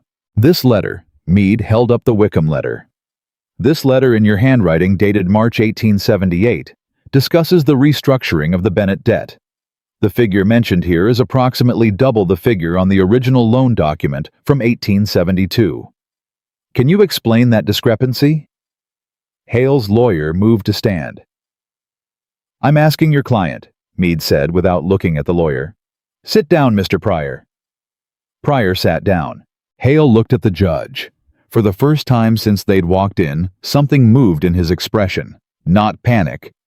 Victor Hale was not a man who panicked, but a very precise recalibration, like a man sorting through his options quickly. Accumulated interest, Hale said. Standard practice. At what rate? Meade asked. A pause. Very brief. I'd need to review the specific documents, Hale said. The specific document is in your hand, Meade said evenly. Dated March 1878. What rate? Another pause, longer this time. The room was so quiet that Ethan could hear the person next to him breathe. I don't recall the specific rate at the time, Hale said. Meade set the letter down. He looked at Hale for a moment with those eyes that had seen a great deal and were not easily impressed by the sight of powerful men. I see, he said. He looked at Clara. He looked at the documents. He looked at the room, at the small collection of people from Caldwell Creek sitting in the back rows, not speaking, just present. I'm going to recess for 1 hour, he said. And when I come back, Mr. Pryor, I'd like to see the original contractual terms of the Bennett arrangement, not a summary, the original document. Pryor looked at Hale. Hale looked at nothing at all. Yes, Your Honor, Pryor said. Meade stood, and everyone stood. He went through the door at the back of the bench. The room exhaled. Clara turned around and looked at Ethan. She was still holding herself together, still composed, still controlled, but her hands were shaking slightly where they rested on the table, the way hands shake when they've been gripped too hard for too long. He leaned forward. You did everything right, he said quietly. We don't know that yet, she said. I know it, he said. Right now today, you did everything right. Whatever Meade decides, that part is already true. She looked at him for a long moment, her hands steadied. The original document, she said. Pryor is going to go back to Hale right now, and they're going to figure out what to produce. I know. If they have something that contradicts, then we have the Wickham letter, Ethan said. And that letter is in Hale's handwriting, and a federal judge just asked about it in a room full of witnesses. He looked at her steadily. He can't unmake that question, Clara. He asked it. That's already happened. She held his gaze. Something in her face, some piece of the tension that had been there since the moment they'd walked through the courthouse door, shifted. Not gone, but different. From the back of the room, Myra Hollis caught Ethan's eye. She gave him one small nod. He nodded back. Outside, somewhere beyond the courthouse walls, Victor Hale was sitting with his lawyer figuring out how to explain a document that did not want to be explained. And inside the Millhaven courthouse on a summer morning in 1884, Clara Bennett sat with her hands steady on the table and waited. For the first time in 10 years, she was not waiting for something to happen to her. She was waiting to see what she had made happen. The recess lasted 53 minutes. Ethan counted them without meaning to, the way you count things when your hands have nothing to do and your mind won't stop moving. He sat on the bench behind Clara's table and watched the minute hand on the courthouse clock and listened to the room breathe around him. Clara did not fidget. She sat with her back straight and her hands folded on the table and her eyes forward, and if she was afraid, and she had to be, because anyone who understood what was at stake in that room would be afraid it did not show in any way that the room could see. He thought about what it had taken to build that kind of stillness. 10 years, she'd said. 10 years of learning how to hold yourself together when everything around you was designed to make you fall apart. Pryor and Hale were in the corner of the room, heads together, speaking in voices too low to carry. Pryor's posture was the careful posture of a lawyer, managing a client who was not taking direction well. Hale's was the posture of a man who had not in recent memory been asked to account for himself and was finding the experience deeply unpleasant. Garrett leaned close to Ethan's ear. Pryor's going to try to produce a clean copy of the original contract, he said quietly. One that lines up with the loan document. The problem for them is the Wickham letter describes numbers that don't match any clean version they produce, and Meade already has those numbers in his head. How confident are you? Ethan said. Garrett was quiet for a moment. Confident that the case is solid. Less confident about what Hale does after. He paused. A man like that doesn't lose quietly. He was right about that. Ethan had known it from the beginning that getting through the courthouse door was only one part of this, that Victor Hale's power had never lived entirely in legal instruments, and it wouldn't die with them either. But right now, the courthouse door was the part that mattered, and he pushed everything else to the edge of his attention and left it there. The clock moved. Then, the door at the back of the bench opened, and Judge Meade came back in, and everyone stood. Meade settled himself behind the bench with the unhurried deliberateness of a man who was going to take the time he needed, and no one in the room was going to rush him. He set a folder down. He opened it. He looked at Pryor. "Mr. Pryor," he said, "the original document." Pryor stood and brought a paper to the bench. Meade looked at it for a long time. He looked at the loan document from 1872 that Clara had produced. He looked at the Wickham letter. He set all three side by side. "Mr. Pryor," he said, "this document you've just provided, the original contract, is dated July 1872. "Yes, Your Honor." "The loan document Miss Bennett produced is also dated July 1872. "Yes." "The figures in your document and the figures in her document are different by approximately $900. The room was very still. "There's been a clerical discrepancy," Pryor said. "In transcription, it's possible. One of these documents has been altered," Meade said. "Not a question." Pryor opened his mouth. "And given that the Wickham letter in Mr. Hale's handwriting references figures consistent with Miss Bennett's version of the loan document and inconsistent with yours, I think we both understand which one." He looked at Hale directly, and when he spoke again, his voice had not raised in volume, but had acquired a quality weight, a kind of absolute bedrock authority that made the air in the room feel different. "Mr. Hale, I am going to ask you directly under the record of this court whether you are aware of any alteration made to the Bennett debt documents." Hale stood slowly. He was a man who'd spent 50 years being certain of things, and it showed in the way he moved, deliberate and controlled, and never rushed, as if the world would wait for him, because it always had. "Your Honor," he said, "I am confident that the documents I have provided are accurate, and that any discrepancy is a matter of record-keeping over a long period of time. I have always acted in good faith with respect to the Bennett family's situation, and I would challenge any characterization that suggests otherwise." It was a good answer. Smooth, prepared, deniable. Ethan could see Pryor relax fractionally. Then Meade looked at the back of the room. "I understand," he said, "that there are individuals present from Caldwell Creek who have requested to make statements relevant to this matter." Pryor was on his feet immediately. "Your Honor, this is a preliminary hearing, not a—" "I am aware of what it is, Mr. Pryor." Meade did not look at him. "Sit down." Pryor sat.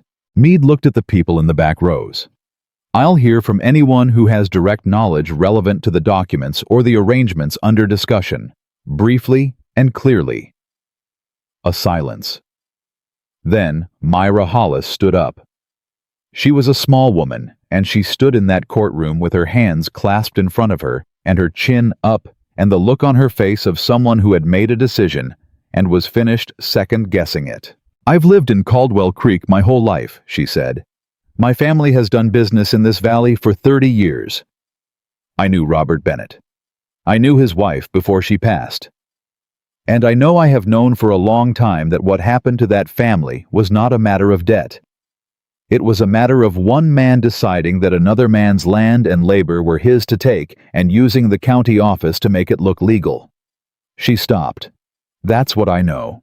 Pryor was half standing. Meade silenced him with a look. Tom Briggs spoke next. Then the East Side rancher, his name was Callum Ethan, remembered now, who stood up and said in a voice roughened with something that wasn't quite anger and wasn't quite shame, that he had sold his property to Hale in 1881, under terms he had not fully understood, because the county record showed his water access was compromised, in a way he later learned was not accurate, and that he had suspected for some time the records had been manipulated, but had not known what to do about it. Each voice was different. Each one said something specific. Not a speech, not a performance, just one person after another saying what they knew, which was not everything, but which was taken together a picture. Hale sat through all of it without expression. Clara did not look at him once. She looked at Judge Meade, and she sat straight in her chair, and her hands were steady. When the last person had spoken, Meade was quiet for a long moment. "I'm going to be direct," he said at last. "The documents presented by Miss Bennett in conjunction with the Wickham letter and the testimony I've heard this morning establish, in my view, a credible and serious concern about the legitimacy of the Bennett debt arrangement and about the conduct of the former county clerk's office." He paused. "I am placing this matter under federal review. The Bennett land deed is, as of this hearing, suspended from any further transfer or claim until that review is complete. Miss Bennett retains right of occupancy on the property described in the deed." He looked at Hale. "Mr. Hale, the water easement currently registered on the East Caldwell Creek corridor is similarly suspended pending review. You may file a response through proper federal channels within 30 days. Pryor was on his feet. "Your Honor, the suspension of that easement will cause significant disruption to my clients." "Mr. Pryor." Meade's voice was not loud. It didn't need to be. "The disruption caused to your client by a temporary suspension of a potentially fraudulent easement is not a concern I am able to give priority over the rights of the individuals affected by that fraud. File your response within 30 days. He stood. "We're adjourned." The room stood, and then the room exhaled. Clara did not move for a moment after the gavel came down. She sat at the table, with her hands flat on the documents, and she looked at the bench where Meade had been, and something moved across her face that was too big, and too complicated, and too long in coming to have a simple name. Ethan put his hand on her shoulder. She reached up and put her hand over his, briefly, and pressed down. And then she let go, and straightened, and turned around, and her eyes were bright, and her jaw was set, and she was... He understood absolutely not going to cry in this courtroom, and she wasn't going to, because Clara Bennett had not survived 10 years at the Hale Ranch by letting herself come apart in public. "We did it," Garrett said. He was trying to keep his voice down and not entirely succeeding. "Ethan, that deed, the easement suspension alone, do you understand what that—" "I understand," Ethan said. "The whole East Side arrangement comes up for review. Every rancher Hale pressured through that water access. Ed." Ethan looked at him. "Give her a minute." Garrett stopped. He looked at Clara, and something in his face softened. "Of course," he said. "Of course. I'll be outside." He went out with the other people from Caldwell Creek, who were moving toward the door, with the slightly dazed quality of people who had done something they weren't sure they were brave enough to do, and had done it anyway, and were not yet fully convinced it was real. The room was nearly empty. Hale and Pryor were still at their table. Pryor was putting papers in his case with the crisp efficiency of a man doing his job regardless of the outcome. Hale was standing one hand on the back of his chair, and he was looking at Clara. Ethan saw it and moved to stand closer to her. Not in front of her, she wouldn't want that, but beside her. Hale walked toward them. Pryor said low and urgent, "Victor." Hale didn't stop. He walked to within 10 feet of the table and looked at Clara, and for the first time since any of this had started, Ethan saw something in the man's face that was not controlled. Not anger. Anger would have been easier. Something colder than anger. Something that had been certain of the world's arrangement for a very long time and was in the process of recognizing for the first time that it might have been wrong. "You've made your point," he said. His voice was quiet. "I hope it was worth what comes next." Clara stood up. She didn't do it to be dramatic. She did it because she was the kind of person who had conversations standing up. "Mr. Hale," she said, "I spent 10 years in your house. I watched how you treat the people you believe are below you. I watched what you do with power when no one is positioned to check it." She held his gaze, and her voice was completely steady. "You took my father's land. You took 10 years of my life. You intended to take more." She paused.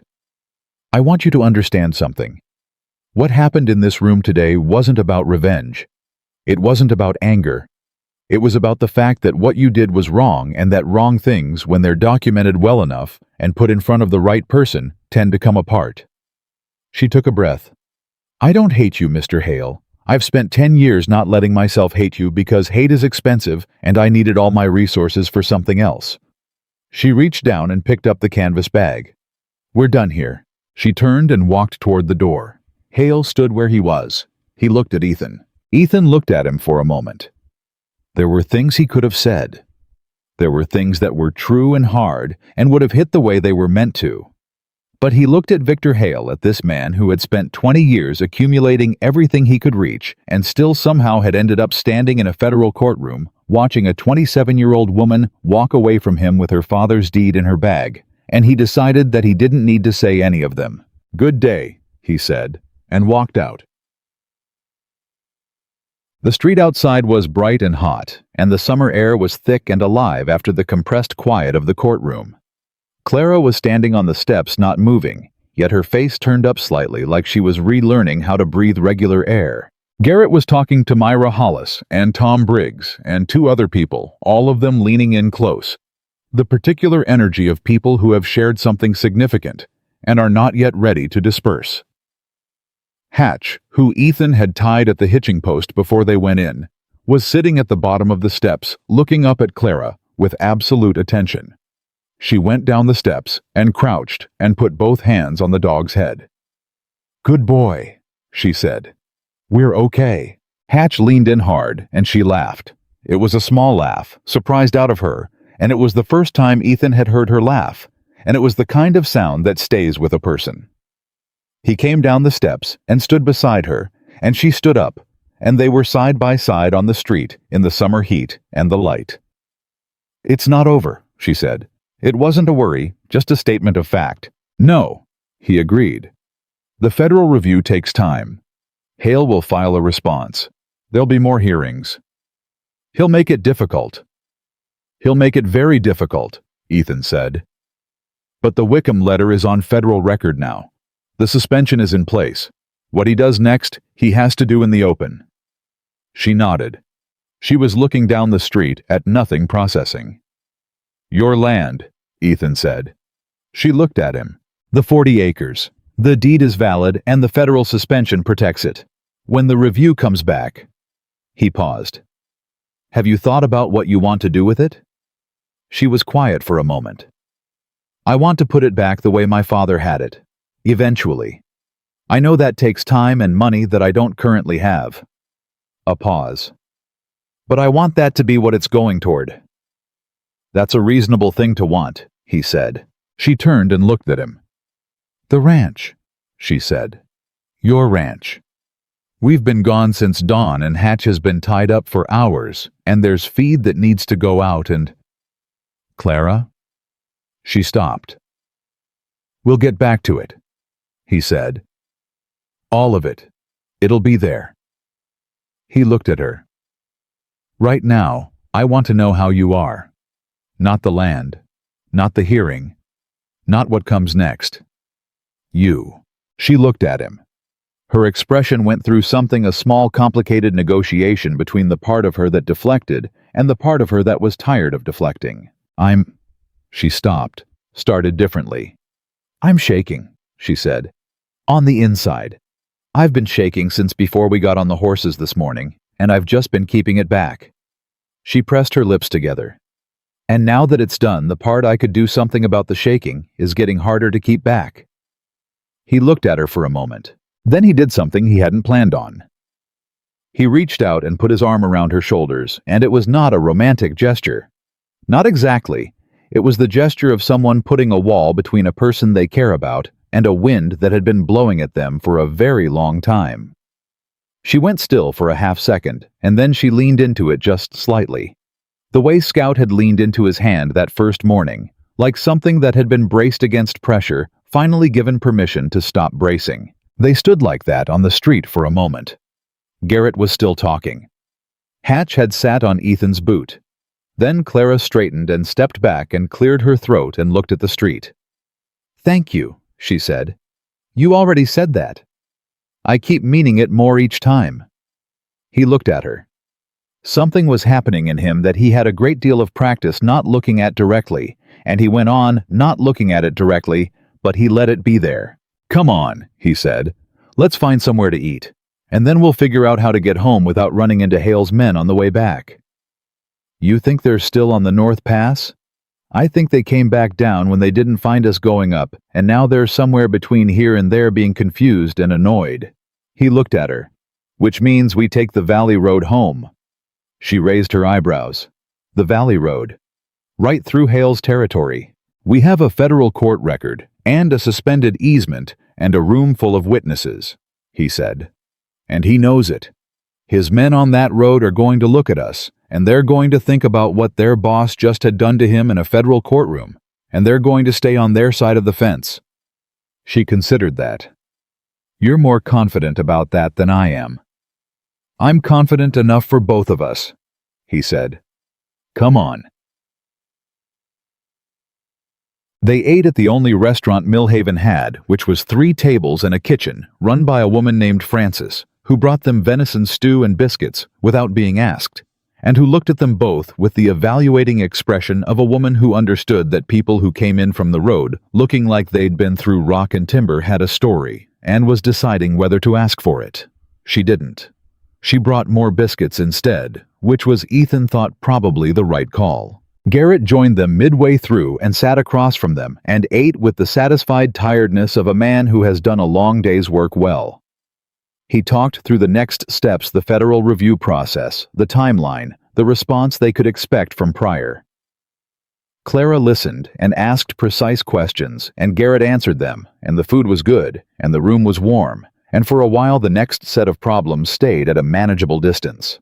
"You'll need somewhere to stay," Garrett said, looking at Clara. "During the review period. Going back up to Walker's ranch is—" "She stays at the ranch," Ethan said. Garrett looked at him. "Until the review is complete and the property situation is settled," Ethan said. "The ranch is the safest place. It's off the main Valley Road. I know the land, and any trouble that comes is going to come to me anyway at this point." He looked at Clara. "If that's agreeable." She looked back at him. "You've already turned your life over once for this." "I told you," he said. The quiet wasn't living. Something moved in her face. She looked down at her plate and then back up. "Agreeable," she said. Garrett cleared his throat. "Well, good." He folded his napkin. "I'll need you reachable when the federal marshal's office sends the review papers. I'll route them through the ranch." "Fine," Ethan said. Garrett looked between them and did not say whatever he was thinking, which was probably wise of him. He finished his coffee and put some money on the table and stood up. "I'll be in touch within the week. Miss Bennett." He paused and extended his hand. "It was an honor. What you did in that courtroom today, the preparation, the documents, the way you presented, I've seen men with 20 years of legal training do that less well." Clara took his hand and shook it. "Thank you, Mr. Garrett, for everything." He nodded. He put his hat on. He went out. Frances appeared and took the empty plates and looked at them with a kind of serene, unasked goodwill. "You need anything else, you just say." "We're fine," Ethan said. "Thank you, ma'am." She went back to the kitchen. The restaurant was quiet. Outside the window, Millhaven was going about its afternoon unhurried and ordinary, entirely unaware that the morning had contained something that would change the shape of the valley for a long time. "Ethan?" Clara said. He looked at her. She was looking at the table at her coffee cup, at the particular place you look when you're finding your way to something you need to say. "I've been thinking about what you said last night," she said. "About Margaret, about the waiting." He didn't say anything. He let her find it. "I've been waiting too," she said. "Not the same way. But there's a version of waiting that's different from the kind you were doing. Yours was, you were waiting because you were afraid of what it would cost to stop. Mine was—" She looked up. "I was waiting because I was afraid that when it was over, when I'd done what I needed to do, I wouldn't know what came after, what I was for without the fight." He understood that. Understood it in a way he hadn't expected to. "And now," he said. She looked at him steadily. I don't know yet, she said. But I think that's different from not having any idea at all. A pause. I think the difference is, I'm not afraid of finding out. He looked at her for a moment, long enough that she might have looked away, but she didn't. That's something, he said. It is, she agreed. They rode out of Millhaven on the Valley Road in the early afternoon, and the road was clear, and Hale's men, if any were watching, stayed where they were.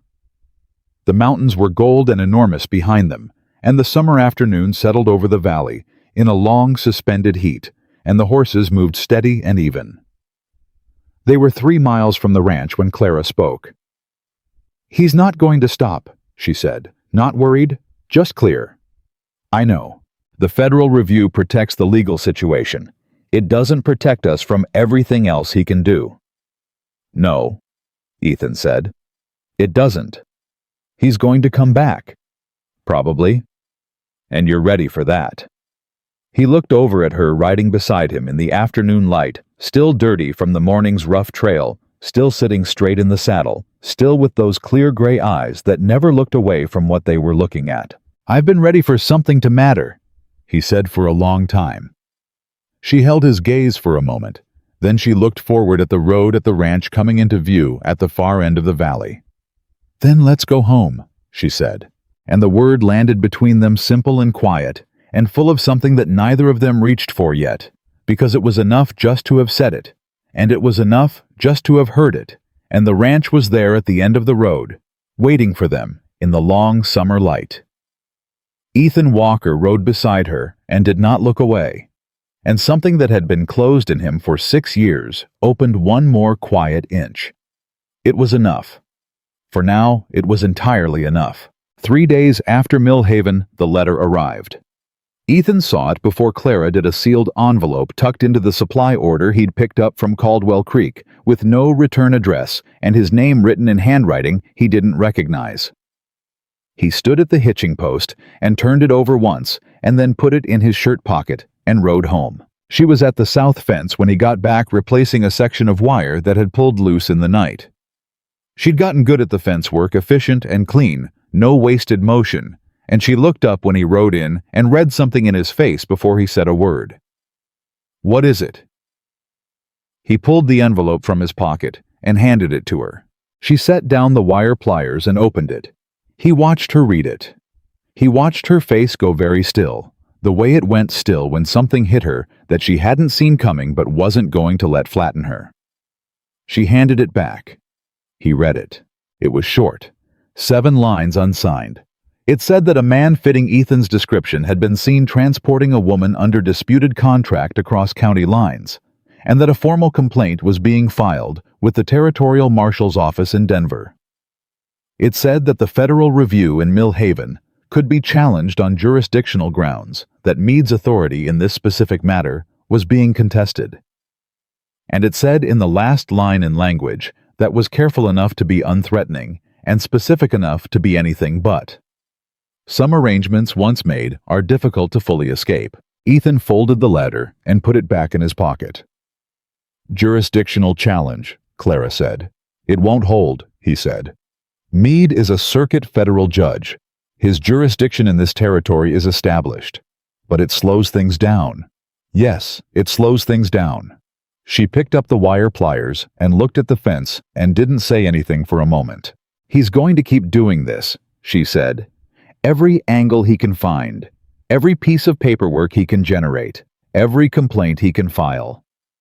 She wasn't angry exactly. She was something more like resolved, in the way of someone who has been at a long fight and has decided they are not going to stop fighting it. Until the review comes back, we're going to be dealing with whatever he throws at us. Yes, Ethan said. We are. She looked at him. And you're still not interested in stepping back. He took the letter out of his pocket and without any particular drama, he folded it in half and half again and put it in the fence post hole she'd been about to fill and tamped dirt over it. She stared at the post. Then she looked at him. No, he said. I am not. She held his gaze for a moment. Then she turned back to the fence and picked up the wire and kept working, and he got the post driver from the back of the saddle and started helping, and they worked the rest of that fence section in silence. That was not uncomfortable, but was full. The way good silences get full when two people have said the real thing and don't need to keep saying it. Garrett came to the ranch 4 days later with two pieces of news, one good and one not. The good news was that the Territorial Commissioner's office in Denver had received a preliminary report from Meade's court and had opened a full investigation into the county clerk's records from the period when Wickham was in office. This was bigger than the individual case. It meant someone at the commissioner level was looking at 20 years of Caldwell Creek land and water records, which meant anything Hale had touched through Wickham was now subject to scrutiny. That's the entire East Side arrangement, Garrett said. He was sitting at the kitchen table with his coffee, and he looked like a man who had not slept much in recent days and was running on the particular fuel of a person who believes deeply in what they're doing. Every water easement, every land transfer he pushed through the county office. If Wickham was manipulating documents in the Bennett case, the commissioner's office is going to assume he was doing it elsewhere, and they'd be right. Clara sat across from him. How many families? 11 that I know of on the east side, Garrett said. Maybe more once the records are fully reviewed. She absorbed that. Ethan could see her doing the arithmetic, not just her own case, but all of it, the full scope of what one man with 20 years and a cooperative county clerk could do to a community. And the not good news, Ethan said. Garrett's expression shifted. The marshal's office in Denver received Hale's complaint. About you. He looked at Ethan carefully. The jurisdictional challenge to Meade's hearing is thin. I'm not worried about that. But the complaint about transporting Clara across county lines under disputed contract is going to generate a formal inquiry. A federal deputy will come to take statements. When? Within 2 weeks. Clara was very still. What does that mean exactly? She said. Her voice was controlled and flat in the way that meant she was holding something back. It means a federal deputy comes, asks questions, reviews the situation, and writes a report that goes back to Denver.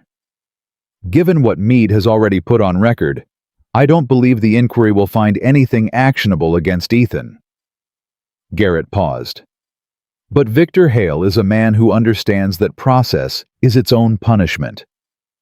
Every inquiry, every letter, every filing, it costs time and energy, and it keeps you off balance. He's making it expensive, Ethan said. Hoping we get tired. Yes. Clara looked at her hands on the table. Then she looked up. How many people in Caldwell Creek know what happened in Millhaven? She said. Everyone, Garrett said. By now. And how many of them have had dealings with Hale through the county office land transfers, water agreements, debt arrangements? Garrett looked at her steadily. A significant number. Then they have a stake in what the commissioner's office finds. They do. So we need them to know that, Clara said. Not through gossip, through something official. Is there a way to make public the opening of the commissioner's investigation? Garrett turned his coffee cup slowly. The investigation itself is public record. I could draft a notice, a legal notice proper format that summarizes what's under review, post it at the county office, put one at the mercantile, the post office. He paused. It would have to be carefully worded. I can help you word it, Clara said. He looked at her. Then he looked at Ethan with that expression Ethan had seen before, the one that said he was consistently surprised by her in ways he appreciated. Yes, he said. I believe you can. Ethan lay awake that night for a long time. Not from worry exactly, more from the particular alertness that comes when you understand that what you're in the middle of is not slowing down and isn't going to, and you need to be honest with yourself about how ready you actually are for that. He'd spent 6 years building a life designed to need nothing and be needed by nothing. A life that could sustain any weather because it didn't have anything in it that weather could take. He'd been very good at it, very deliberate about it. In the space of 2 weeks, Clara Bennett had climbed through a broken window, and the entire architecture of that life had quietly started becoming something else. Not fallen apart, he was clear-eyed enough to know the difference between a life being dismantled and a life being rebuilt. But different. Different in ways he'd stopped trying to resist around day 4 and had been trying to understand ever since. The spare room down the hall was not empty anymore. The kitchen table had 2 cups on it every morning. Hatch slept at her door instead of his. The tool shed made sense now. He lay in the dark and listened to the ranch the way he'd been listening to it for 6 years, and it sounded the same as it always had: the horses in the corral, the night birds, the particular settled silence of the mountain dark, and it was also somehow entirely different. He thought about what she'd said at the restaurant in Millhaven, about not knowing what she was for without the fight, about being afraid that when the thing she'd been working toward was done, there'd be nothing on the other side of it. He understood that from the other direction. He'd spent 6 years being afraid of what was on the other side of his own grief. Afraid that if he let himself have something to lose again, losing it would finish what losing Margaret and his son had started. It was a reasonable fear. He knew that. He'd had it for 6 years, and he knew every corner of it. He also knew, lying in the dark, listening to the ranch that didn't sound like it used to, that reasonable fears were not always the right ones to listen to. He closed his eyes. He was up before dawn. Yeah, the federal deputy arrived on a Thursday 9 days later. His name was Holsworth, a lean, formal man in his 40s who wore a federal badge and the expression of someone who processed a great many situations and had developed a thoroughgoing neutrality toward all of them. He rode in at mid-morning, and Ethan met him in the yard. "Mr. Walker," Holsworth said, "I'm here on behalf of the Marshal's office in Denver regarding a complaint filed by Mr. Victor Hale of the Hale Land and Cattle Company." "I know why you're here," Ethan said. "Come inside." Clara was at the kitchen table when they came in. She had the canvas bag in front of her, not brandishing it, just present with it, the way you're present with something that's yours, and she looked at Holsworth with her direct level gaze and said, "Deputy." "Miss Bennett," he said. They sat. Holsworth took out a notebook. He was thorough, asked methodical questions about the timeline, about when Clara had arrived at the ranch, about the nature of her situation at the Hale property, about the journey to Millhaven. He was neither sympathetic nor hostile, just thorough. Ethan answered his questions clearly and without embellishment. Clara answered hers the same way, and partway through, she opened the canvas bag and put the documents on the table and walked Holsworth through them the same way she'd walked Judge Meade through them, with the same precision and the same steady voice. Holsworth read carefully. He asked 2 follow-up questions. He noted the reference to Meade's preliminary hearing. He noted the commissioner's investigation. Then he closed his notebook. "Mr. Walker," he said, "I want to be direct with you. The complaint filed by Mr. Hale characterizes your actions as interference with a contractual labor arrangement. Based on what I've reviewed here today, and in conjunction with the federal record from Judge Meade's court, I don't find grounds to pursue that characterization." He paused. "My report to Denver will reflect what I've seen and heard. The commissioner's investigation will proceed on its own track." Ethan looked at him. "That's it. That's it," Holsworth said. He stood and put his notebook away and looked at Clara. "Miss Bennett, for what it's worth." He stopped. Started again, slightly less neutral than he'd been for the past hour. "My mother was from a farm family in Tennessee. Lost the land in a debt arrangement that didn't look right to anyone, but nobody did anything about." He picked up his hat. "I hope it comes out right for you." He went out. Clara looked at the door he'd closed behind him. Then she put her face in her hands, not crying, just covering, pressing her palms over her eyes and her nose and holding them there, and her shoulders moved once the way shoulders move when you've been bracing against something heavy for a very long time, and someone just lifted part of the weight. Ethan stayed where he was. He didn't reach for her. He let her have it. After a moment, she dropped her hands and looked at the ceiling and took a long breath. "Okay," she said. "Okay," he said.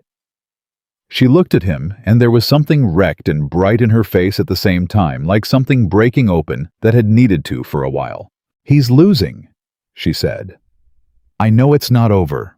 I know there's still the review and the response, and however many more letters he sends, and whatever else he does. But he's losing Ethan. The deputy just told me he's losing. He is, Ethan said. My father's land is going to be yours, he said. When the review comes back, that deed holds. Garrett is certain, and I trust Garrett. She looked at the table, at the documents. She picked up the deed, the one her father had hidden in the lining of her second dress that she had carried out of the Hale Ranch in a canvas bag, and she held it in both hands and looked at it. I want to plant something on it, she said. The 40 acres.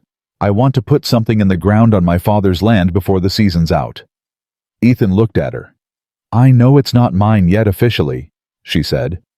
I know the review. I've got seed, he said. She looked up. Left over from my spring planting. Good seed stored properly. He held her gaze. The east side of the creek has good soil. Season's not over yet. If we ride over there in the next few days and put something in the ground, it won't be a full crop, but it'll be a start. He paused. And it'll be a start on your father's land, which is what matters. Clara looked at him for a long time. You'd do that, she said. Not a question. She'd moved past being surprised by what he'd do. I'd do that, he said. She pressed the deed flat on the table with both palms and looked at it, and then at him, and there was something in her face that he was done pretending he didn't recognize. Ethan, she said. Yeah. I think... She stopped. The word-finding pause that he'd learned meant she was being careful not to say something half-true. I think I need to tell you something. He waited. When I ran, she said, I ran with a plan. I knew what I needed to do. I knew approximately how to do it. I did not account for... She looked at him, and her jaw was set, and her eyes were clear, and she was not going to flinch from this. I did not account for you, for what it would mean to have someone beside me through this who just kept showing up, without conditions, without making me ask. She stopped. I don't have a lot of experience with that. He looked at her. I know, he said. And I don't want to assume that what it's felt like to me is the same as what it's felt like to you. Clara, I'm trying to be honest. You're being honest, he said. You're also being careful in a way that you don't need to be. Not with me. He held her gaze. What it's felt like to me is... He stopped and found the honest part of it rather than the easier part. It's felt like waking up, he said. After a long time of not being awake. She looked at him for a long, still moment.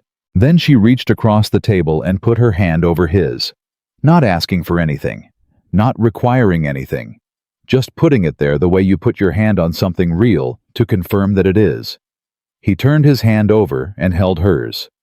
They sat like that in the kitchen in the summer morning while Hatch snored in the corner, and it was not a complicated moment. It was actually very simple, which was perhaps why it felt so large. 2 weeks after that, the letter from the Territorial Commissioner's office arrived. Not to Ethan's ranch this time, to Ed Garrett's office in Caldwell Creek as the named representative in the filing. Garrett rode out that same afternoon.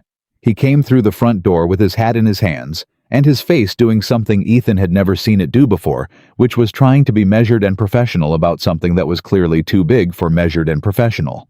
Clara stood up from the table. Garrett put the letter down in front of her. She read it. Ethan watched her read it. Her face was still the way it was always still, and then something cracked through the stillness, like light coming through a shutter, sudden and undeniable, and too strong to contain. The Bennett deed is confirmed, she said. Her voice was not entirely steady. The water easement is permanently suspended, and, she stopped, looked at the next paragraph. And the Commissioner's office is opening formal proceedings against Victor Hale for fraudulent manipulation of public records, in conjunction with the former county clerk with a recommendation for criminal referral to the federal prosecutor. The kitchen was very quiet. Criminal referral, Ethan said. They're not just voiding the arrangements, Garrett said. He couldn't keep the controlled thing going anymore. He was simply plainly, transparently delighted. They're coming after him. The full weight of the federal investigation into Wickham's records, it's not just the Bennett case. It's 11 families on the east side. It's the water rights across the entire corridor. They're going after the whole 20 years of it. Clara sat down. Slowly, like her legs had made a unilateral decision. She put the letter on the table and pressed both palms flat on it the same way she'd pressed the deed, and she looked at it. Ethan crouched beside her chair. Clara. She looked at him. Her eyes were very bright, and she was not going to cry. She absolutely was not going to cry. And then she was one quiet trail from the corner of her right eye that she pressed away with the back of her hand fast and firm, and with great determination. Sorry, she said. Don't be. I don't cry. I know, he said. You're not doing it now, that's just water. She laughed. It was short and broken and completely real, and it changed the whole quality of the moment.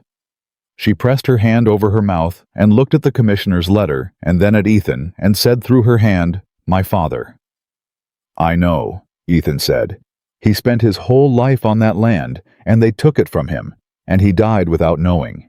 He knew you'd do something about it, Ethan said. That's why he got that deed to you. He knew.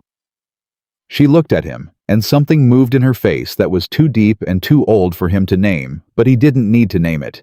He just held her gaze and stayed where he was and let it be. Garrett cleared his throat very quietly and found something to look at on the other side of the room. The next morning they rode to the 40 acres, just the two of them with seed bags tied to the saddles and the tools they needed in the pack.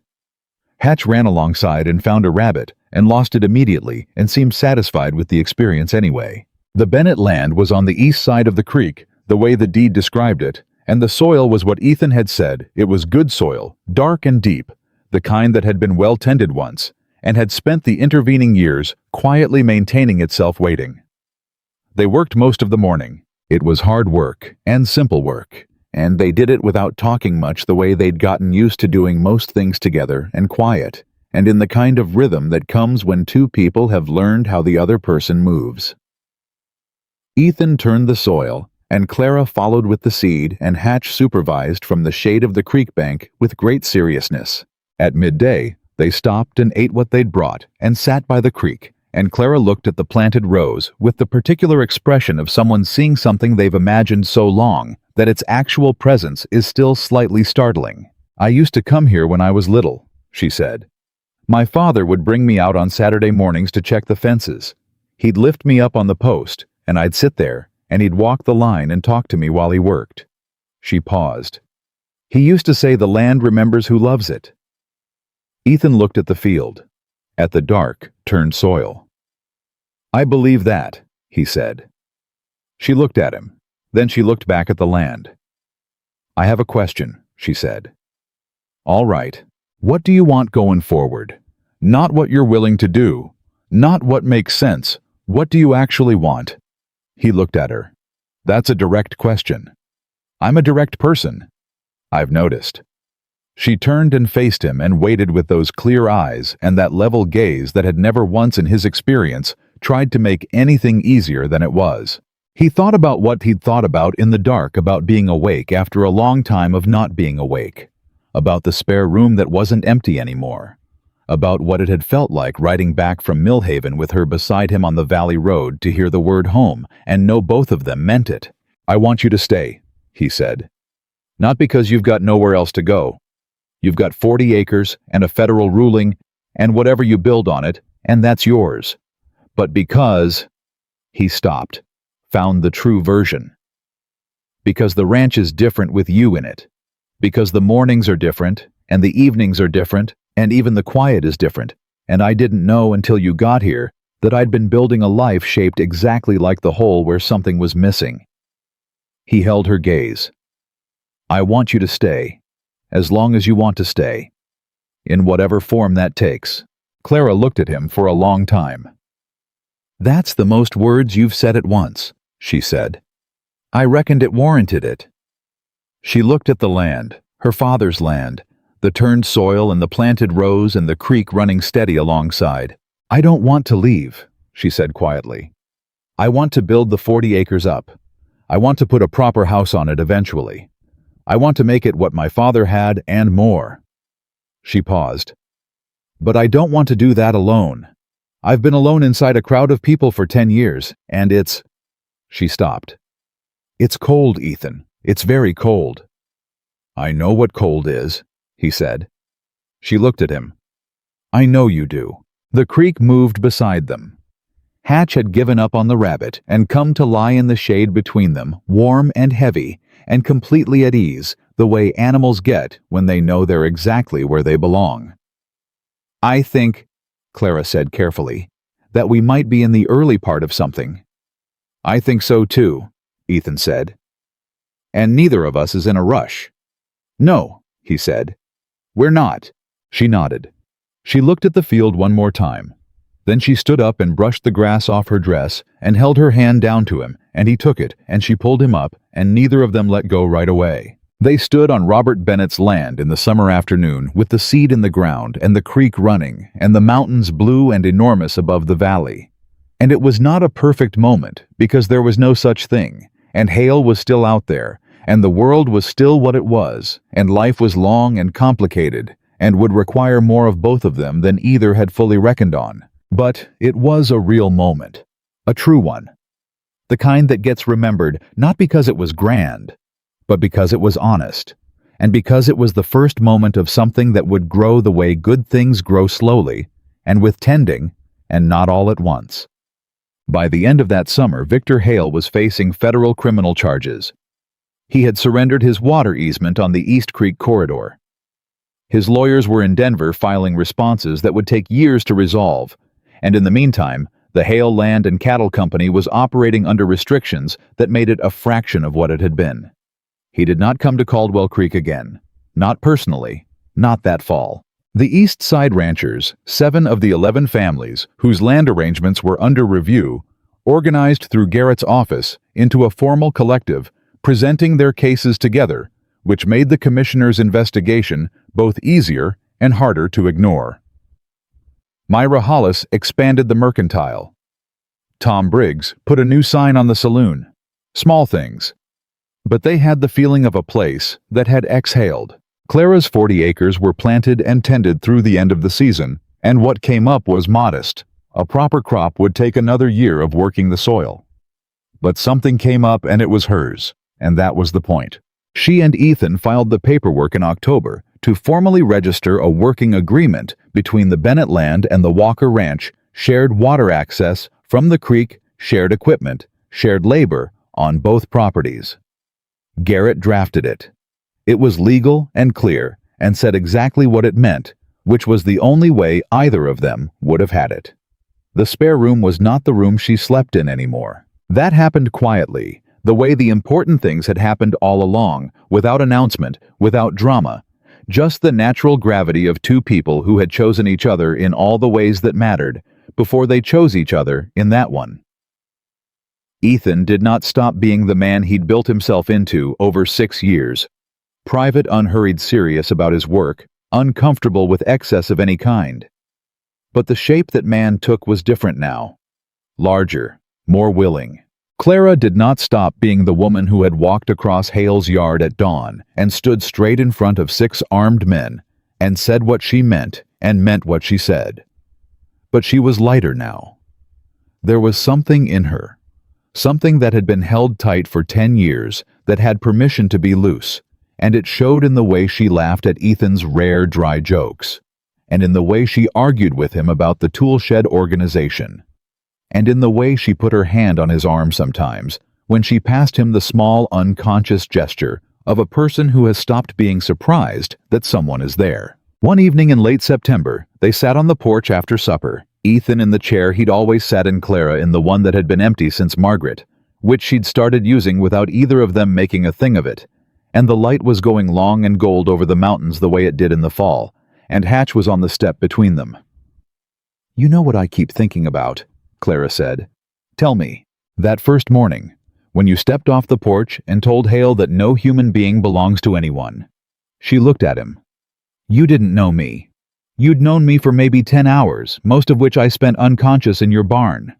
You were awake for some of it," he said. "Ethan." "I know," he said. Why? She said. Not the Margaret answer. Not the doing the right thing answer. The real one. He looked at the mountains. He thought about it the way he thought about things without rushing all the way to the bottom. Because you looked at me, he said. When you first opened your eyes in the barn, you were hurt and scared, and you hadn't eaten in God knows how long, and you looked straight at me like you were deciding whether I was worth trusting. He paused. Most people, they look at a man like me, they look away fast. You didn't. He looked at her. I reckon I wanted to be worth it. Clara looked at him for a long moment. You were, she said. You are. The mountains held the light a little longer the way they do in the fall. And the valley was quiet in the particular way of a place that has come through something and is resting on the other side of it. Robert Bennett's land had seed in the soil. The Walker Ranch had 2 coffee cups on the table every morning. A burned corner of a barn had been rebuilt with new timber that would outlast everything that had tried to stop them. And Ethan Walker, who had spent 6 years building a life shaped like an absence, sat on his porch in the last of the summer light with a woman who had walked into his barn on bleeding feet and changed everything, and was not for the first time in a very long time waiting for anything at all. He was already home, and so at last was she.